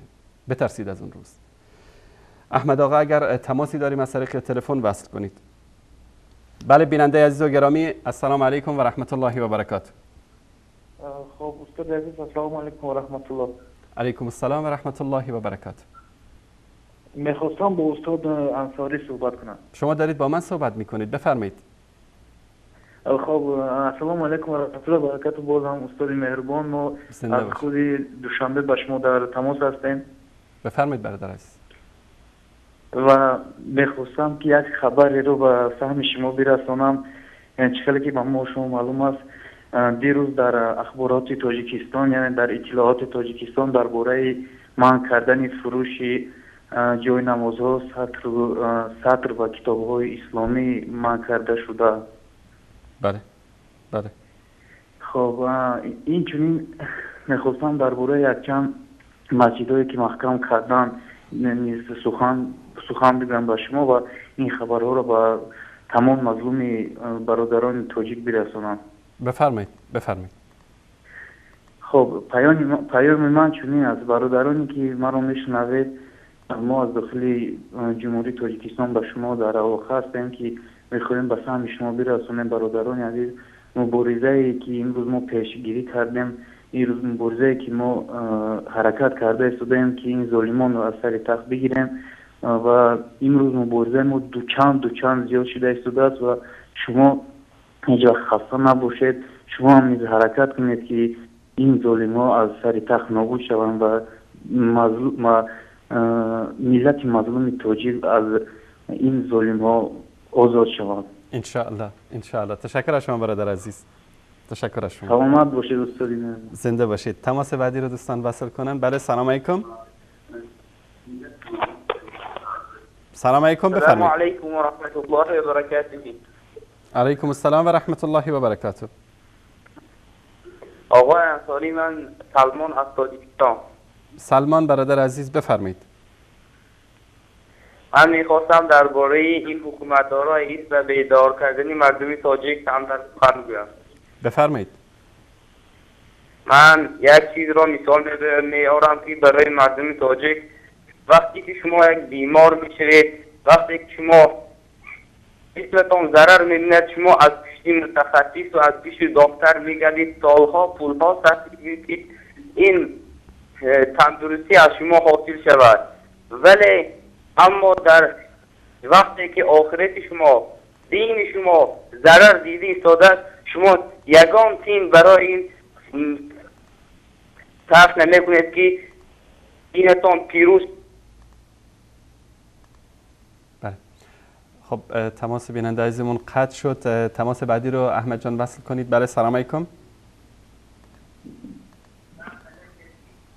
السلام علیکم و رحمت الله تعالی و برکاته. علیکم السلام و رحمت الله و برکاته. استاد، میخوام با استاد محمد انصاری صحبت کنم. بفرمایید. شما دارید با من صحبت میکنید برادر عزیز. الصلاة و السلام علی من لا نبی بعد. اما بعد، السلام علیکم و رحمت الله تعالی و برکاته. علیکم السلام. استاد محمد انصاری، خطاب من برای سید مکرم و خطاب من برای کسانی که پیروان سید مکرم است و این آیه که ما تلاوت میکنیم از قرآن کریم، سوره بقره آیه 174، و از اینها میخوام که معنی همین آیه را چکار کنن، بخونن تا که به این آیه ها عمل کنن. خداوند رب العزت میفرماید بسم الله الرحمن الرحیم: ان الذين يكتمون ما انزل الله من الكتاب ويشترون به ثمنا قليلا اولئك ما يأكلون في بطونهم الا النار ولا يكلمهم الله يوم القيامة ولا يزكيهم ولهم عذاب علیم. صدق الله العظیم. و خطابی که ما برای سید مکرم و امامان مساجد که برادر عزیز همین آیه‌ای که تلاوت کردید اگر لطف کنید ترجمه تاجیکی این رو هم بگویید که بینندگانی که متوجه نشدن بفهمند. معذرت. خداوند رب العزت در این آیه می‌فرماید ان الذين یکتمون ما انزل من الكتاب، یعنی برای هر یکی ما و شما معلوم است که 12 قانونی که در جمهوری تاجیکستان با ضد این قرآن برآوردند و این علماها از قبل امام خطیبان و سید مکرم و رئیس کمیته دین در حالی که میدانند 12 قانونی که خلاف قرآن هست و حقیقت را پنهان میکنند، به خاطر چی؟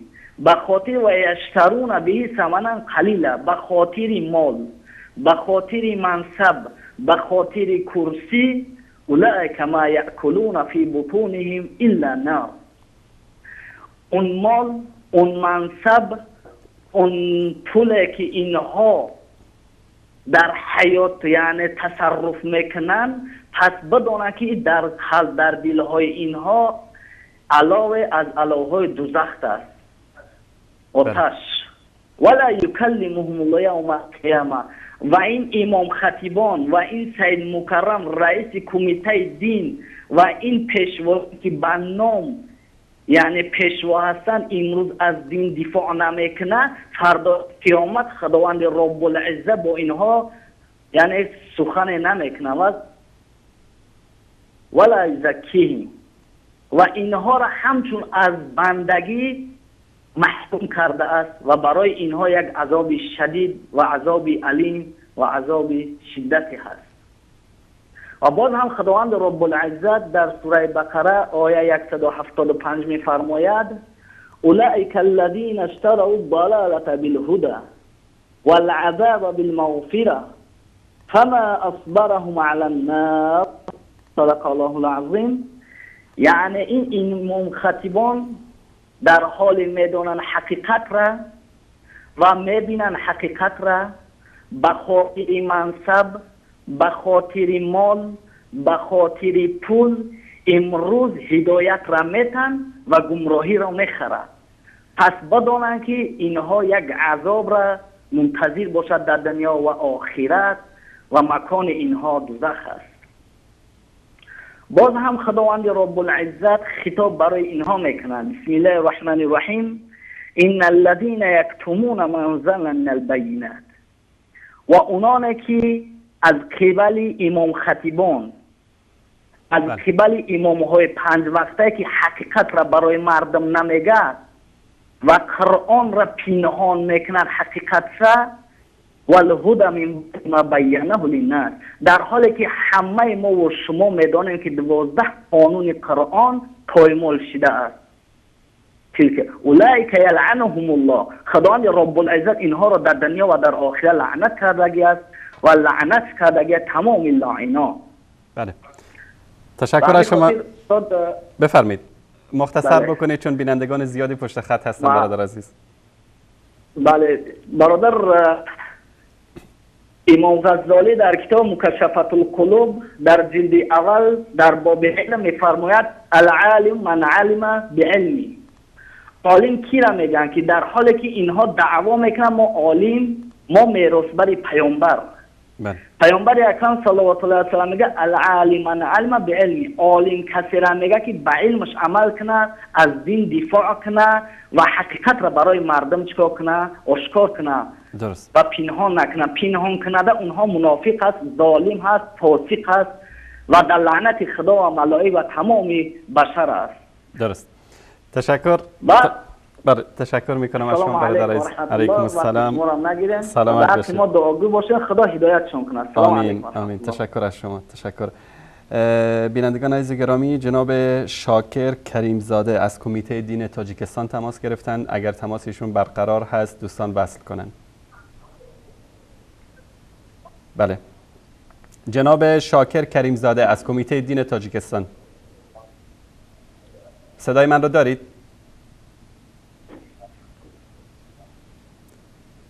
جناب استاد تشکر از شما. شاکر کریم زاده بفرمایید. السلام علیکم. علیکم السلام و رحمت الله و برکاته. السلام علیکم. علیکم السلام و رحمت الله و برکاته. جناب استاد لطف کنید صدای تلویزیونتون رو ببندید. صدای تلویزیون رو ببندید و شاد هستیم که جناب محمد انصاری. بله جناب استاد من خواهش میکنم از شما صدای تلویزیون رو ببندید و از طریق گوشی تلفن با ما صحبت کنید. میخوایم که جمال مبارک شما را ببینیم با صداش فقط. صدا را ببندید، فقط صدای تلویزیون رو ببندید چون انعکاس صدا سبب میشه که ما صدای شما رو نداشته باشیم. بسیار شاد هستم که جناب محمد انصاری از دوره های دور از لندن استاده درباره قضیه های تاجیکستان سخن می‌راند و قضیه های تاجیکستان یک شرکت بی‌نهایت با نفوذ عالم اسلام را با نفوذ عالم اسلام وصال حق را بی‌طرف نمیگذارد. من خواهش میکردم که صحبت ما در دایره فرموده خداوند صورت گیرد که میفرماید ای مومنان اگر فاسق خبری را پیش شما بیارد پس تحقیق کنید مبادا به نادانی قومی را ضرر رسانید پس آنچه عمل کردید پشیمان شوید. این در سوره حجرات آیه 60 است. شما جناب محمد انصاری در آن صحبت قبلی که داشتید هفته گذشته گفتید که مسجدها در تاجیکستان گویا به قهوه‌خانه و جایهای شرابنوشی تبدیل داده میشن. جناب محمد انصاری به شما بگویم که در جمهوری تاجیکستان امروز 4089 عدد یعنی که بیش از 4100 مسجدها عمل میکنن که بیش از در 420 عددیان ها نمازهای جمعه خوانده می شود. با وجود این همساله با نظرداشت بالاروی احتیاجات دینی شهروندان علاوه خصوص احتیاجات آنها به عبادت باز یک خطور مسجدها نیز به قید گرفته می شوند. مثلا در سال 2011 59 عدد 2012 104 عدد در سال 2013 144 و در مجموع در همین 3 سال آخر 330 عدد مسجدها به قید گرفته شدند از جانب گویم که کمیته اوید و کارهای دینی نزد حکومت جمهوری تاجیکستان. البته طوری که میبینیم یک چیز را قید کردن به مورد هستم میگذارم اینجا که قرار داخلدار حکومت جمهوری تاجیکستان باید به حالت اوله برگردانیدن چایخانه و جایهای جمعیتی که در آنها نماز میگذارند موجود هست موجود. مقصد این از چی عبارت بود؟ بله جناب استاد جناب استاد جایهای شرابنوشی طوری که شما قید کردید بله بلکه برعکس در آن جایی که جایهای جمعیتی از چایخانه هست و در آنجا نماز میگذارند درست نیست که هم خوراک خورند هم جای جمعیتی با بازی‌های ورزشی و دیگر بازی‌ها مشغول باشن و هم نماز بذارن. بله جناب استاد کریم زاده من یک در اون جایی که جناب استاد نماز گذاشته میشود خوردن خوراک طعام دائمی. جناب استاد شاکر کریم زاده من از شما یک سوال میپرسم الان از همین لحاظ قرار مذکور برآمده است. بله لیکن تو امروز یگان عدد مسجد رسمی بسته نشده. چرا؟ چون که مسجد رسمی رو فقط سود. جناب استاد مثل اینکه شما صدای من رو ندارید. جناب استاد کریم زاده من از شما اگر مسجد در جنوب تاجیکستان بسته شود پس محکمه سودی می شود. پس در مرافع سودی می توانند نفران زیادی اشتراک کنند که شاهد بستن مسجد شوند. آقای کریم زاده تاجیکستان. آقای کریم زاده شما مثل اینکه صدای من رو ندارید. من از شما بله من از شما جناب استاد کریم زاده جناب استاد کریم زاده من خواهش میکنم جناب استاد کریم زاده شما اگر مسجد بسته شود به واسطه با واسطه اخبار ما به همه جا پخش میشد چون در مرافعه سودی به طرف سودی بد صورت گیرد. جناب استاد شاکر کریم زاده صدای من رو دارید شما؟ بله صدای من رو دارید؟ صدای من رو میشنوید؟ جناب استاد کریم زاده صدای من رو میشنوید؟ صدای من رو دارید؟ بله جناب استاد آیا در تاجیکستان هیچ مسجدی رو در تاجیکستان آیا حکومت تاجیکستان هیچ مسجدی را نبسته است؟ یعنی این کسانی که میآیند میگویند به این تعداد وسیع از مساجد بسته شده است اینها همه دروغ میگویند و کمیته دین تاجیکستان راست میگوید.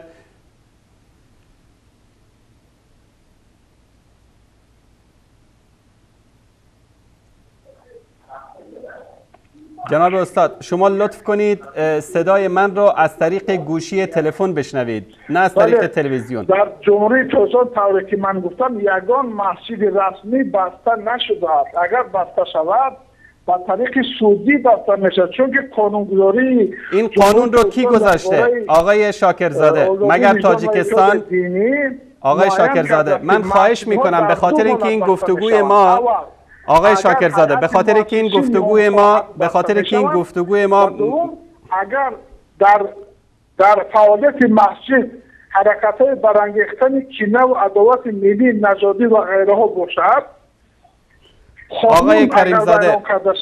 آقای کریم زاده من از شما استاد بزرگوار خواهش میکنم صدای من را از طریق گوشی تلفن بشنوید تا بتونیم با هم دیگه صحبت بکنیم. شما به نمایندگی از کمیته دین تاجیکستان تماس گرفتید؟ در تعداد مسجد رسمی 4079 میباشد تو امروز یگان مسجد بسته نشده است. آقای کریم زاده والا با این وضعیت آقای کریم زاده من خواهش میکنم جناب استاد شاکر کریم زاده من از شما خواهش میکنم صدای من را از طریق گوشی تلفن بشنوید و صدای تلویزیون رو ببندید تا بتونیم با هم دیگه صحبت بکنیم. آیا این مساجدی که در تاجیکستان وجود داشته آیا حکومت امام علی رحمانوف به این مساجد رسمیت داده است؟ آقای کریم زاده این مساجدی که در تاجیکستان وجود داره آیا حکومت تاجیکستان به این مساجد رسمیت داده یا الله سبحانه و تعالی به این مساجد رسمیت داده؟ شما به خاطر اینکه یک مسجد رسمی نیست شما به چه دلیل یک مسجدی رو که رسمی نیست میبندید؟ شما به این مسجد رسمیت بدید، به این مسجد مجوز بدید، این مسجد رو رسمی بکنید. آیا بستن مساجد طبق دستور الله سبحانه و تعالی است؟ آیا خداوند گفته که مساجد رو باید بست؟ این همه مساجدی که در تاجیکستان تا الان بسته شده، این همه مساجدی رو که پلم کردن، اینها همه دروغ است؟ الله سبحانه و تعالی در قرآن کریم میگه که و من ازلم ممن منع مساجد الله ان یذکر فی اسمه و سعی فی خرابها. میگه چه کسی ظالم تر است از اون انسانی که منع بکنه مردم را از مساجد الله سبحانه و تعالی که در اونجا ذکر الله سبحانه و تعالی صورت بگیره. خب رسمی بکنید این مساجد رو. اگر میفرمایید که رسمی نیست رسمی بکنید. چرا باید یک مسجد بسته بشه؟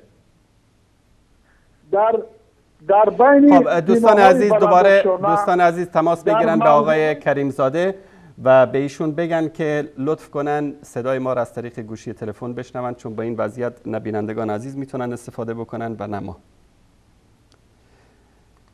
بله سلام علیکم بفرمایید. الو. بله سلام علیکم بفرمایید.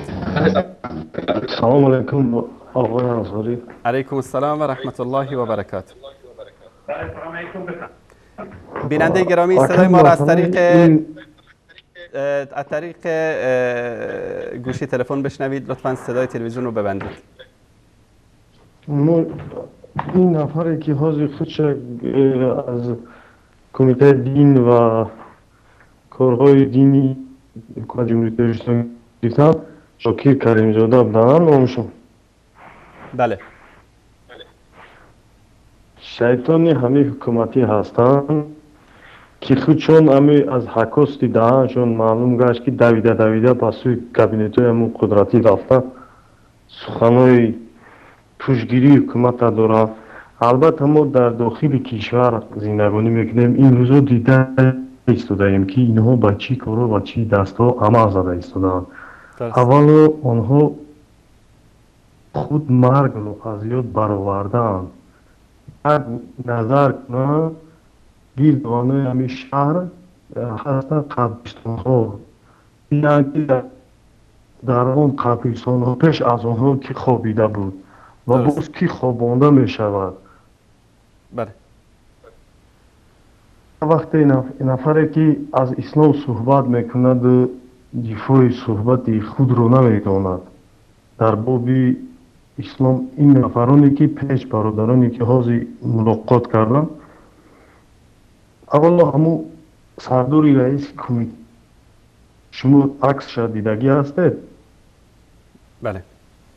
یک نفر هست که ریش ندارد، ترک سنت دارد او خود. درست. کدام دعوا او میتواند رئیس کمیته دین شده.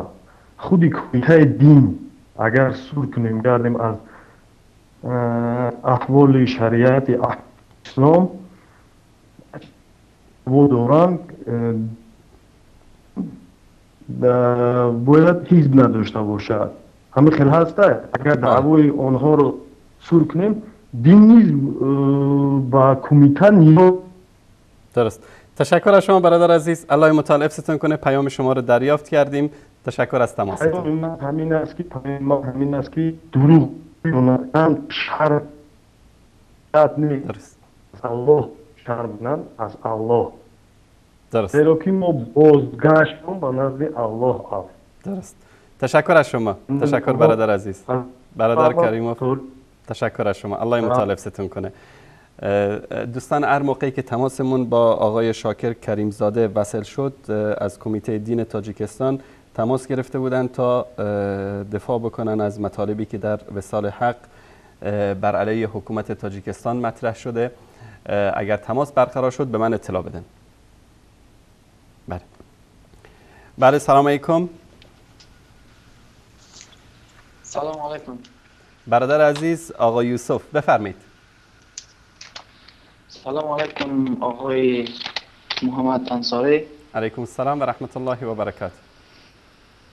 من چند پیام داشتم چون با مردم تاجیکستان و اینچنین با رئیس جمهور تاجیکستان بگویم. بفرمایید.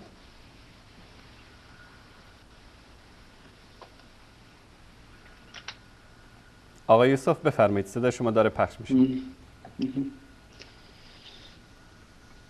چی میشد جناب عالی امام علی رحمانوف یک بار بنشینم و از خود با انصاف کامل بپرسم که این ملت را چی کار کردند؟ چی میشد جناب عالی امام علی رحمانوف با کتابی عظیم الشأن الله سبحانه و تعالی نجنگند؟ این چونین در آخر گفتنی هم که وقتی که حضرت موسی علیه السلام دید که حرکت کرد و دید که دیگر بر ضد فرعون یگان امید نیست، فقط از الله دعا کرد و الله سبحانه حضرت موسی علیه السلام را قبول کرد و هدایت را نصیب فرعون نگردانید و آنچنین الله فرعون لعین را در دریای نیل غرق کرد. ما از اولیاهای تاجیکستان خواهانیم که بر ضد این ظالم اول دعای خیر کنن یک بار دیگر، چون که ما شاید از 10 سال زیاد شده باشد ما دعای خیر میکنیم، لیکن شاید این قابل هدایت نباشد. ما از اولیاهای تاجیکستان، از همون دوستان الله خواهش میکنیم سر دعای بد بکنم که الله سبحانه و تعالی خیر این ظالم را از ملت مظلوم تاجیکستان، ملت مسلمان تاجیکستان محو سازد. السلام علیکم و رحمت الله و برکاته. علیکم السلام و رحمت الله و برکاته. دوستان آیا تماسمون وصل شد با؟ خب من خواهش میکنم آقای شاکر کریم زاده اگر که صدای من را از طریق تلویزیون میشنوید لطفاً به تماس دفتر وصال حق پاسخ بدید و ما دوست داریم که شما بیایید و از این مسائلی که مطرح شده دفاع بکنید. ما امروز خیلی تلاش کردیم که با خود جناب سید مکرم عبدالقادر زاده رئیس شورای علمای مرکزی در تاجیکستان صحبت بکنیم و از ایشون درخواست بکنیم در این برنامه تا دلیل و صحبت‌های قانع کننده در مورد این مظالمی که در تاجیکستان صورت میگیره بر علیه مسلمان‌ها از قرآن از سنت، چون ایشون رئیس شورای علما هستند، مطرح بکنن. و همچنین زنگ زدیم به دفتر رئیس کمیته دین و تنظیم عنعنه و جشن و مراسم‌های ملی تاجیکستان جناب سلیمان دولتوف که ایشون به تلفن ما پاسخ بدن و بیان در این برنامه و خداوند رو شاکریم که جناب شاکر کریم زاده تماس گرفتن و میخوان از این مطلب دفاع بکنن و از این مسائلی که مطرح شده. اگر تماس با ایشون برقرار شد عزیزانمون در اتاق فرمان به من اطلاع بدن. برادر عمر بفرمایید. عمر جان لطفاً صدای تلویزیون رو ببندید. بفرمایید. السلام علیکم و رحمت الله و برکاته. علیکم السلام. بله بفرمایید عمر جان، صدای شما داره پخش میشه. در واقع ما برادران تاجیک دعا کنید حضرت. الله متعال حفظتون کنه و سعادت دنیا و آخرت نصیبتون کنه. تشکر از شما برادر عزیز. سلام علیکم و رحمت الله. علیکم السلام و رحمت الله و برکاته. از طریق تلفن تماسایی رو میگیریم. برای بیننده گرامی بفرمایید.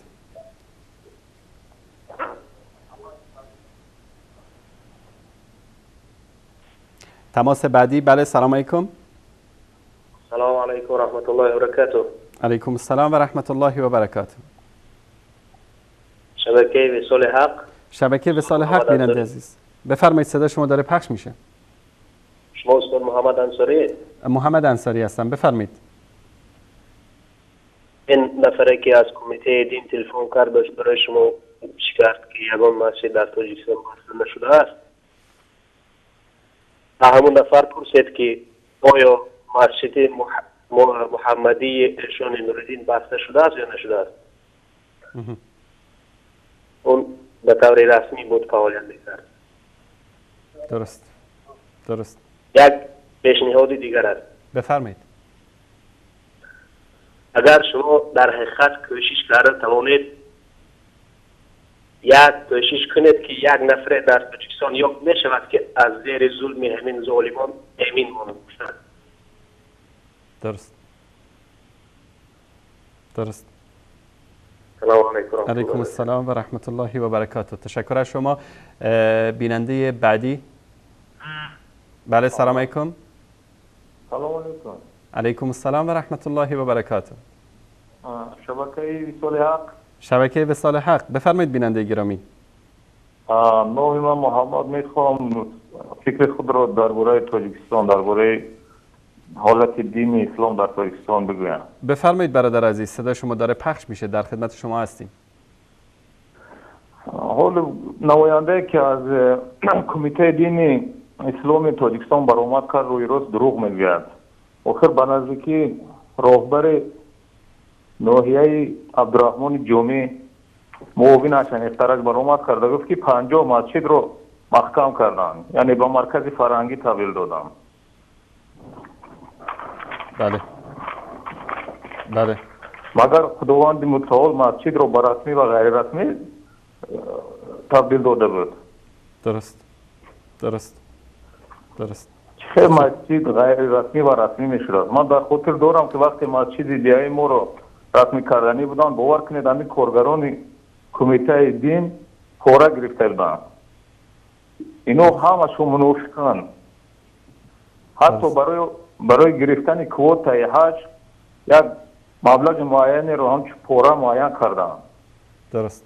من از اون نماینده کمیته دین پرسیدنیم مگر خداوند نگفته است که وقتی ناحق رو میبینی مثل کور مثل گنگ مثل کار خود را خاموش گیری و خود را به کاری زنی و خود را به کوری زنی. در مدت 23 سالی که امام علی رحمان رهبر جمهوری رو دربار میگیرد مغز مقامات دولتی فساد است. مگر این ملوی که برآمد کاری رو نمیبیند یگان نهاد نیست که آنجا پوره نگیرند. باور کنید از همه پسترین نهاد دولتی پوره میگیرند. عادیترین سپراک عادیترین حجت وقتی حجت گیری میروی پوره طلب میکنند. مغز دولت پوره و رشوه‌گیری است. درست یگان نهادی نیست که آنجا پوره نگیرند. محلچگی و خشتباربازی باشد به درجه عالیش رسیده است. درست 80% منصبداران رهبران مقامات دولتی شخصان بی‌سواد بی‌فرهنگ بی‌مدنیت یک قشلاق یک دهه یک ناحیه هستند که همه از دنگره هستند. محلچگی که حکومت رحمان در تاجیکستان بنیاد کرد در تاریخ ملت نبود. حتی خوجندویی که طی 45 سال اخیر آمدن به سر قدرت رحمان روبری میکردن تو این درجه محلگرا نبودن. هرگز پیش روی آدمی باسواد را نمیگرفتند. باور کنید نوعدالتی که در مقامات قدرتی در سود و ملیسه و پروکراتور است درجهش در دنیا نیست. خود کارگر کمیته دینی رو نمیبیند. درست. تشکر از شما برادر عزیز. من میخوام یک چیز دیگر رو قید کنم. یکی از مثالهای عادی، یکی از خداها، یکی از خویشاوندان رحمان خداش یعنی پدر دومادش درست فرزند پدر دومادش حکومت نام دارد. بچه نوبالغ 17 ساله سر رول BMW ماشین قیمت بها 3 نفر رو زده کش 2 نفر رو اینوالید کرد. باور کنید با جای حبس کردن همگی 120 سومانی جریمه‌اش کردن تمام. مگر کارگر کمیته دین این نوحقی این نوعدالتی رو نمیبیند. نه خود که حیات 3 نفر توجیه 120 سومانی نقد داشته باشد. امام علی رحمان از حکومت خود از قدرت خود چون مات شده است که در یک دنیای یک عالم خدا زندگی دارد. او نمیداند که در تاجیکستان چه حالت است. وکنید پسترین معاش پسترین نفقه پسترین درجه زندگی در منطقه این تاجیکستان است. اونها نمیدونن یا نمیبینند برای چه خود رو با کوری میزنند. نه خود که آبادی همین باشد که از همه عاقب‌ترین باشه. درست. تشکر از شما برادر عزیز. الله مطالب ستون کنه. تشکر از شما. خدا نگهدارتون. دوستان آیا تماسمون با آقای شاکر کریمزاده از کمیته دین تاجیکستان برقرار شد یا نه؟ آقای شاکر کریمزاده اگر صدای من را از طریق تلویزیون میشنوید من خواهش میکنم به تلفنتون جواب بدید. ما دوست داریم که شما نظر کمیته دین تاجیکستان نهاد رسمی و دولتی که امور دینی تاجیکستان را زیر نظارت داره در مورد این مسائلی که مطرح شده بشنویم و خواهش ما این است که شما این بیانیه‌ای که شاید کاپی همون بیانیه‌ای باشه که در صفحه رسمی خودتون در اینترنت نشر کردید این رو نخونید. گوش بدید، حرف من رو، سوالات ما رو پاسخ بدید. من سوالاتم رو تیتروار اینجا بیان میکنم. امیدوار هستم که شما تلفنتون رو جواب بدید و دوباره ما وصل بشیم با شما که اینکه 35 سال به پایین رو منع میکنید از سفر حج در کجای قرآن و سنت رسول الله صلی الله علیه و آله و سلم و فقه امام اعظم ابو حنیفه رحمت الله علیه آمده است. اینکه 18 سال به پایین رو منع میکنید از مساجد که به مسجد نروند مخالفت صریح با دستور محمد مصطفی صلی الله علیه و آله و سلم است که میفرمایند که مروا اولادکم بالصلاة و هم ابناء السبع، در 7 سالگی اطفالتان را امر به نماز خواندن بکنید. صحابه فرزندان خودشون رو با خودشون در مسجدها می آوردن. رسول اکرم صلی الله علیه و سلم در حدیث صحیح که شما اهل دین هستید در کمیته دین میدانید که وقتی که پیامبر صلی الله علیه و سلم در سجده بودن حسین رضی الله تعالی عنه نوه ایشون میاد بر شانه پیامبر صلی الله علیه و سلم سوار میشه. به این نشان دهنده این است که صحابه و رسول الله صلی الله علیه و سلم فرزندانشون رو به مساجد میبردن. این که زنها را از پوشش حجاب منع میکنید که اینها مخالف تقالید و عنعنه تاجیکستان هست. از کدام تقلید و عنعنه شما صحبت میکنید؟ در کجا آمده است که شما مانع شوید زنان تاجیکستان را که فلان لباس را برای حجاب انتخاب بکنن یا نکنن؟ آیا این لباسی که شما میپوشید، این لباسی که جناب دولتوف میپوشد، این لباسی که جناب رحمانوف میپوشد، آیا این لباس جزء عنعنه تاجیکستان بوده است؟ آیا 100 سال قبل در تاجیکستان این کت شلوار و کروات را مردها میپوشیدن که جزء عادات و تقالید تاجیکستان نباشد؟ جناب استاد شاکر کریمزاده از کمیته دین تاجیکستان، صدای من رو میشنوید؟ آقای کریمزاده؟ آقای کریمزاده صدای من رو دارید؟ صدا رو دوستان تقویت بکنن، صدا خیلی ضعیف است. آقای شاکر کریمزاده، من از شما میخواهم بپرسم که من سخن قبلی خود را سخن شما رو ما شنیدیم، سخن شما رو ما شنیدیم آقای شاکر کریمزاده، سخن قبلی شما رو ما شنیدیم. آیا حکومت تاجیکستان، من همون سخن درباره مساجد ما به اتمام نرساندم، اینجا علاقه گم شد. بله ما سخن شما رو شنیدیم جناب کریمزاده استاد محترم. شما آخرین سخن گفتنی هستم که در جمهوری تاجیکستان موافق تحقیقات خبرنگار فارس رئیس اداره امور مذهبی قزاقستان خیرت دعم شریف جمهوری تاجیکستان از روی تعداد مساجد در منطقه آسیا مرکزی در جای یکم می‌ایستند. این به خاطر حکومت تاجیکستان نیست جناب استاد کریمزاده، این به خاطر ملت شریف و متدین تاجیکستان است. آقای کریمزاده سوالات ما رو پاسخ بدید. ما دوست داریم که شما به نمایندگی از کمیته دین تاجیکستان با شما تماس گرفتیم، میخواهیم که شما به سوالات ما پاسخ بدید. در کجای قرآن و سنت گفته که از 35 سال به پایین نباید حج بره؟ میشه این سوال رو پاسخ بدید؟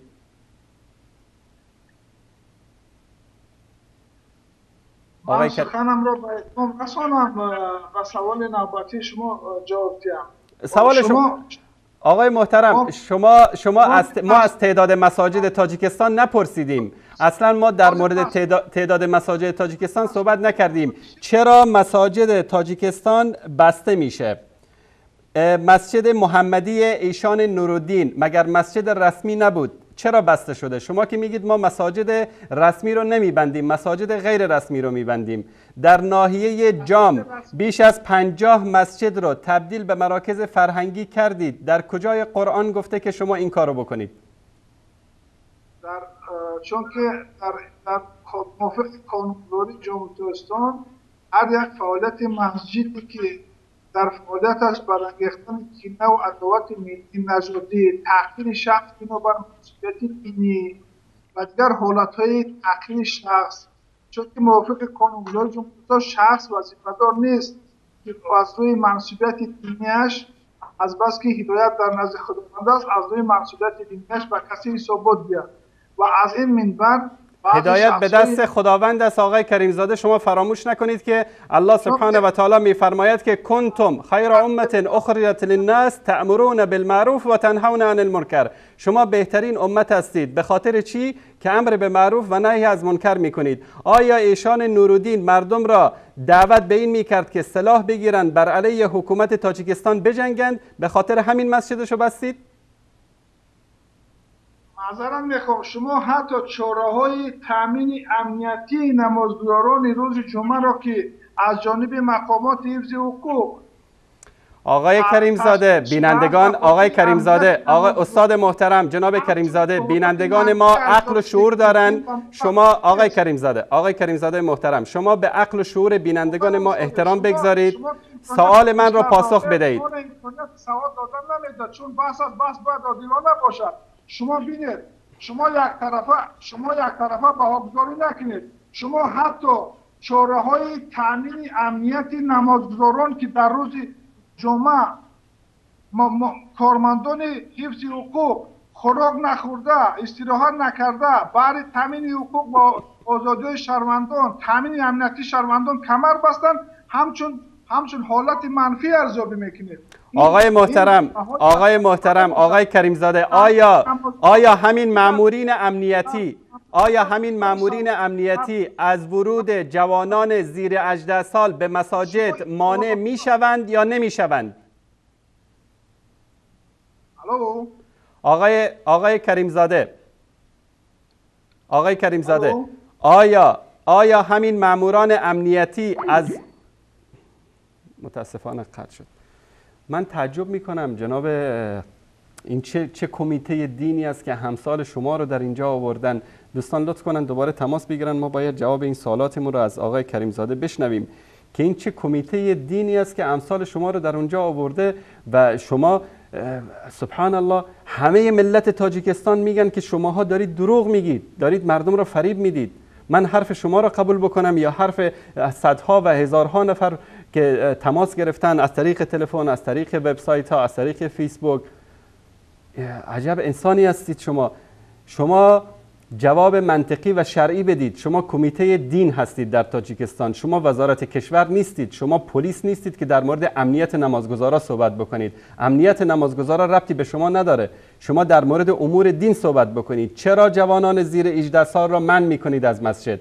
این که امنیت رو میگیرد این کار پلیس است، کار شما نیست آقای کریمزاده.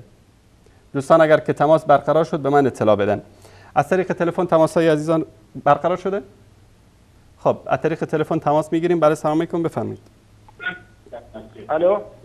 بله سلام علیکم، بفرمایید. و علیکم السلام و رحمت الله و برکاته. آقای انصاری خوب هستید؟ سلامت باشید، زنده باشید برادر عزیز. من میخواستم برای همین انسانی که با شما در علاقه بودن در تلفن، یک دروغگوی مدعی جز آخوندهای شیعه با مانند آنها هستند، از آنها فرقیتی ندارند. برای دو تنگه پول و مول دنیا دین و ایمان خود را فروختن دارند دروغ میگوید و با او حتما از نام شاعر گفتنی هستم که ابر باد مخو خورشید و فلک در کارن تا تو نان بدکفاری و به غفلت نخوری.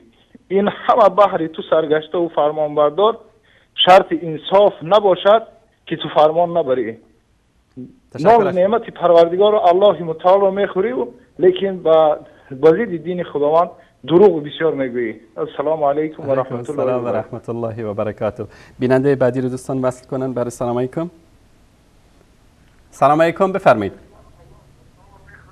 علیکم السلام و رحمت الله. آقای انصاری شما بفرمایید برادر گرامی. خوبه برادر؟ خوبه؟ سلامت باشید، تشکر از شما، بفرمایید. خداوند شما را قوت تا آقای انصاری. سلامت باشید، الله متعال حفظتون کنه. میشه و ایش من نبرم؟ بفرمایید. واقعا آرزوها و هوس‌های دیرینه‌ای که ما ملت تاجیک داشتیم خداوند توسط شما او را برآورده گرداند. الحمدلله، این لطف الله سبحانه و تعالی است برادر عزیز. بله و چند نکته در میخواستم اشاره کنم اگر اجازت باشه. بفرمایید. چند گفتنی برای ملت تاجیک و برای گروه 24 که در ترکیه واقع است برای اونها میخواستم برسونم. بفرمایید. برادران گروه 24 که در ترکیه هستند، برادرها بعد از اینکه قوت علی عمر رو از شما گرفتند شهیدش کردن، خداوند بار دیگر شما در فرصت داد و بار دیگر شما در خداوند قوت علی عمر دیم را آوردین. آقای انصاری کوشش کنین که از این فرصت با اخلاص استفاده بریم و زیرکانه، نه فقط برای جنگ، فقط برای اینکه ما با اخلاص بار دیگر از این فرصت ها استفاده ببریم. بله. و برای ملت تاجیک گفتنی دارم که برادران تاجیک بیاین همه کسا از این فرصتی که در دست ما امروز آمده از این فرصت ها با اخلاص استفاده بریم تا که خداوند ما را نصرت بده. درست.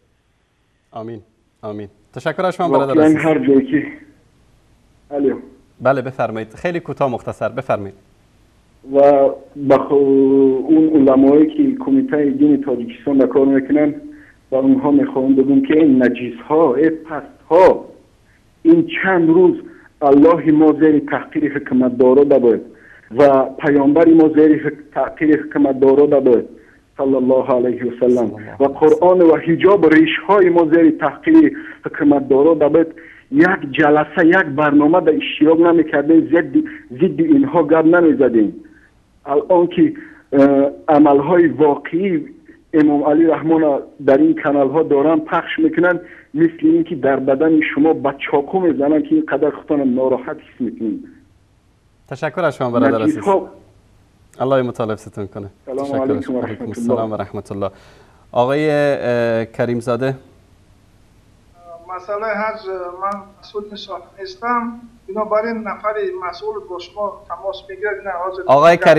آقای کریم زاده شما در کمیته دین هستید. همه امور دینی تاجیکستان زیر نظر کمیته دین اداره می شود. شما به اصطلاح علمای تاجیکستان هستید. شما باید از دید دین ببینید، نه از دید سیاست و امنیت. من از شما میپرسم که چرا جوانان زیر 18 سال را از ورود به مساجد منع میکنید؟ دلیلتان از دین چی است؟ با شما مسئول ساحه حرف میزند، چون که من مسئول این ساحه نیستم. هر کس در اینجا وظیفه خودش دارد.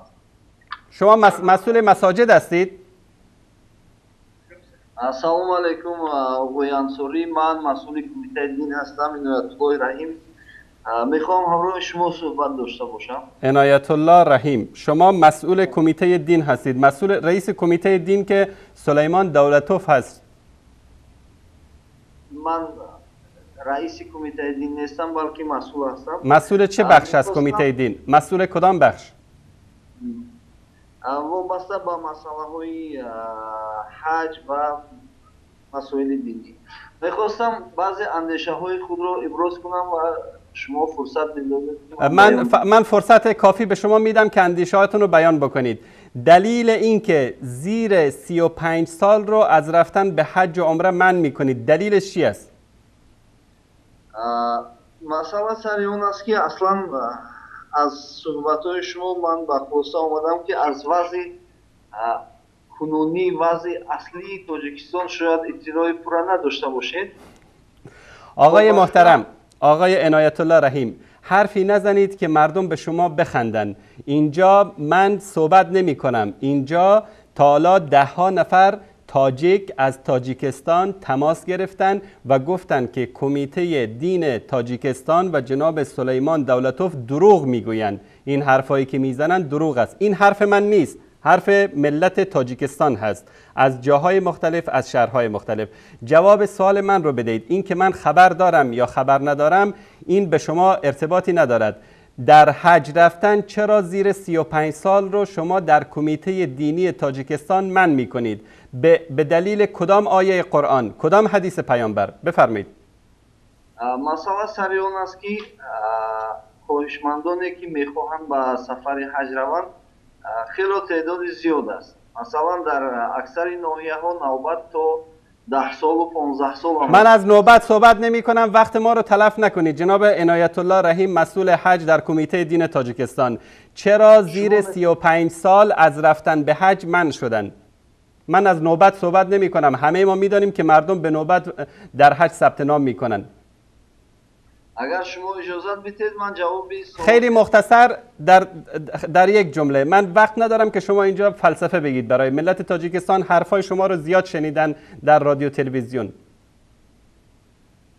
اصلا کمیته دین یا کدام مقامات دیگر رفتنی جوانان تا 35 ساله رو منع نکرده است. اینجا برتریت و کلانسالان داده شده است. پس شما به کدام دلیل الله سبحانه و تعالی میگه که حج رفتن واجب شده؟ من استطاع الیه سبیلا. نگفته که پیر بود حج بره، جوان بود حج نره. این مخالفت صریح با آیه قرآن است. کلانسال‌های زیادی هستند که میخواهند با سفر حج در کجای قرآن گفته که کلانسال باید حج برود، خردسال نباید برود؟ در کجای قرآن گفته جناب عنایت الله رحیم از کمیته دین تاجیکستان؟ مگر عدالت نیست که ما با بزرگان کلانسالان خود برتریت و افضلیت دیم؟ نه، در کجا گفته؟ در کجا گفته؟ در عبادت خرد و بزرگ ندارد. در عبادت هر کس که حج بالای او فرض می شود در وقتی که استطاعت داشته باشد. میخواهد 15 ساله باشد، 18 ساله باشد، 20 ساله باشد، 25 ساله، 35 ساله.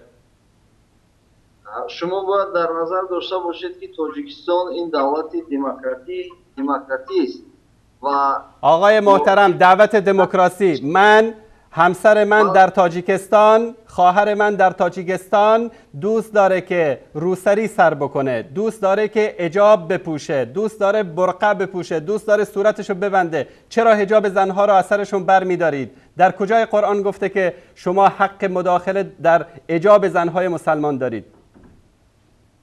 مداخله در حجاب مسلمانان نیست. الحمدلله همه ما مسلمان هستیم. شاید شما تصورات درباره لباس ملی تاجیکی نداشته باشید که همون سطر و حجاب اسلامی در اون رعایت می شود. مادران ما، بیبی های ما، اجدادان ما، همه اونها لباس می پوشیدند که جوابگو به طلبات اسلام بود. هیچ کس یگان تاجیک این کار کرده نمیتواند. آیا در مدارس تاجیکستان به خاطر حجاب دخترها را از مدارس منع کردید یا نکردید؟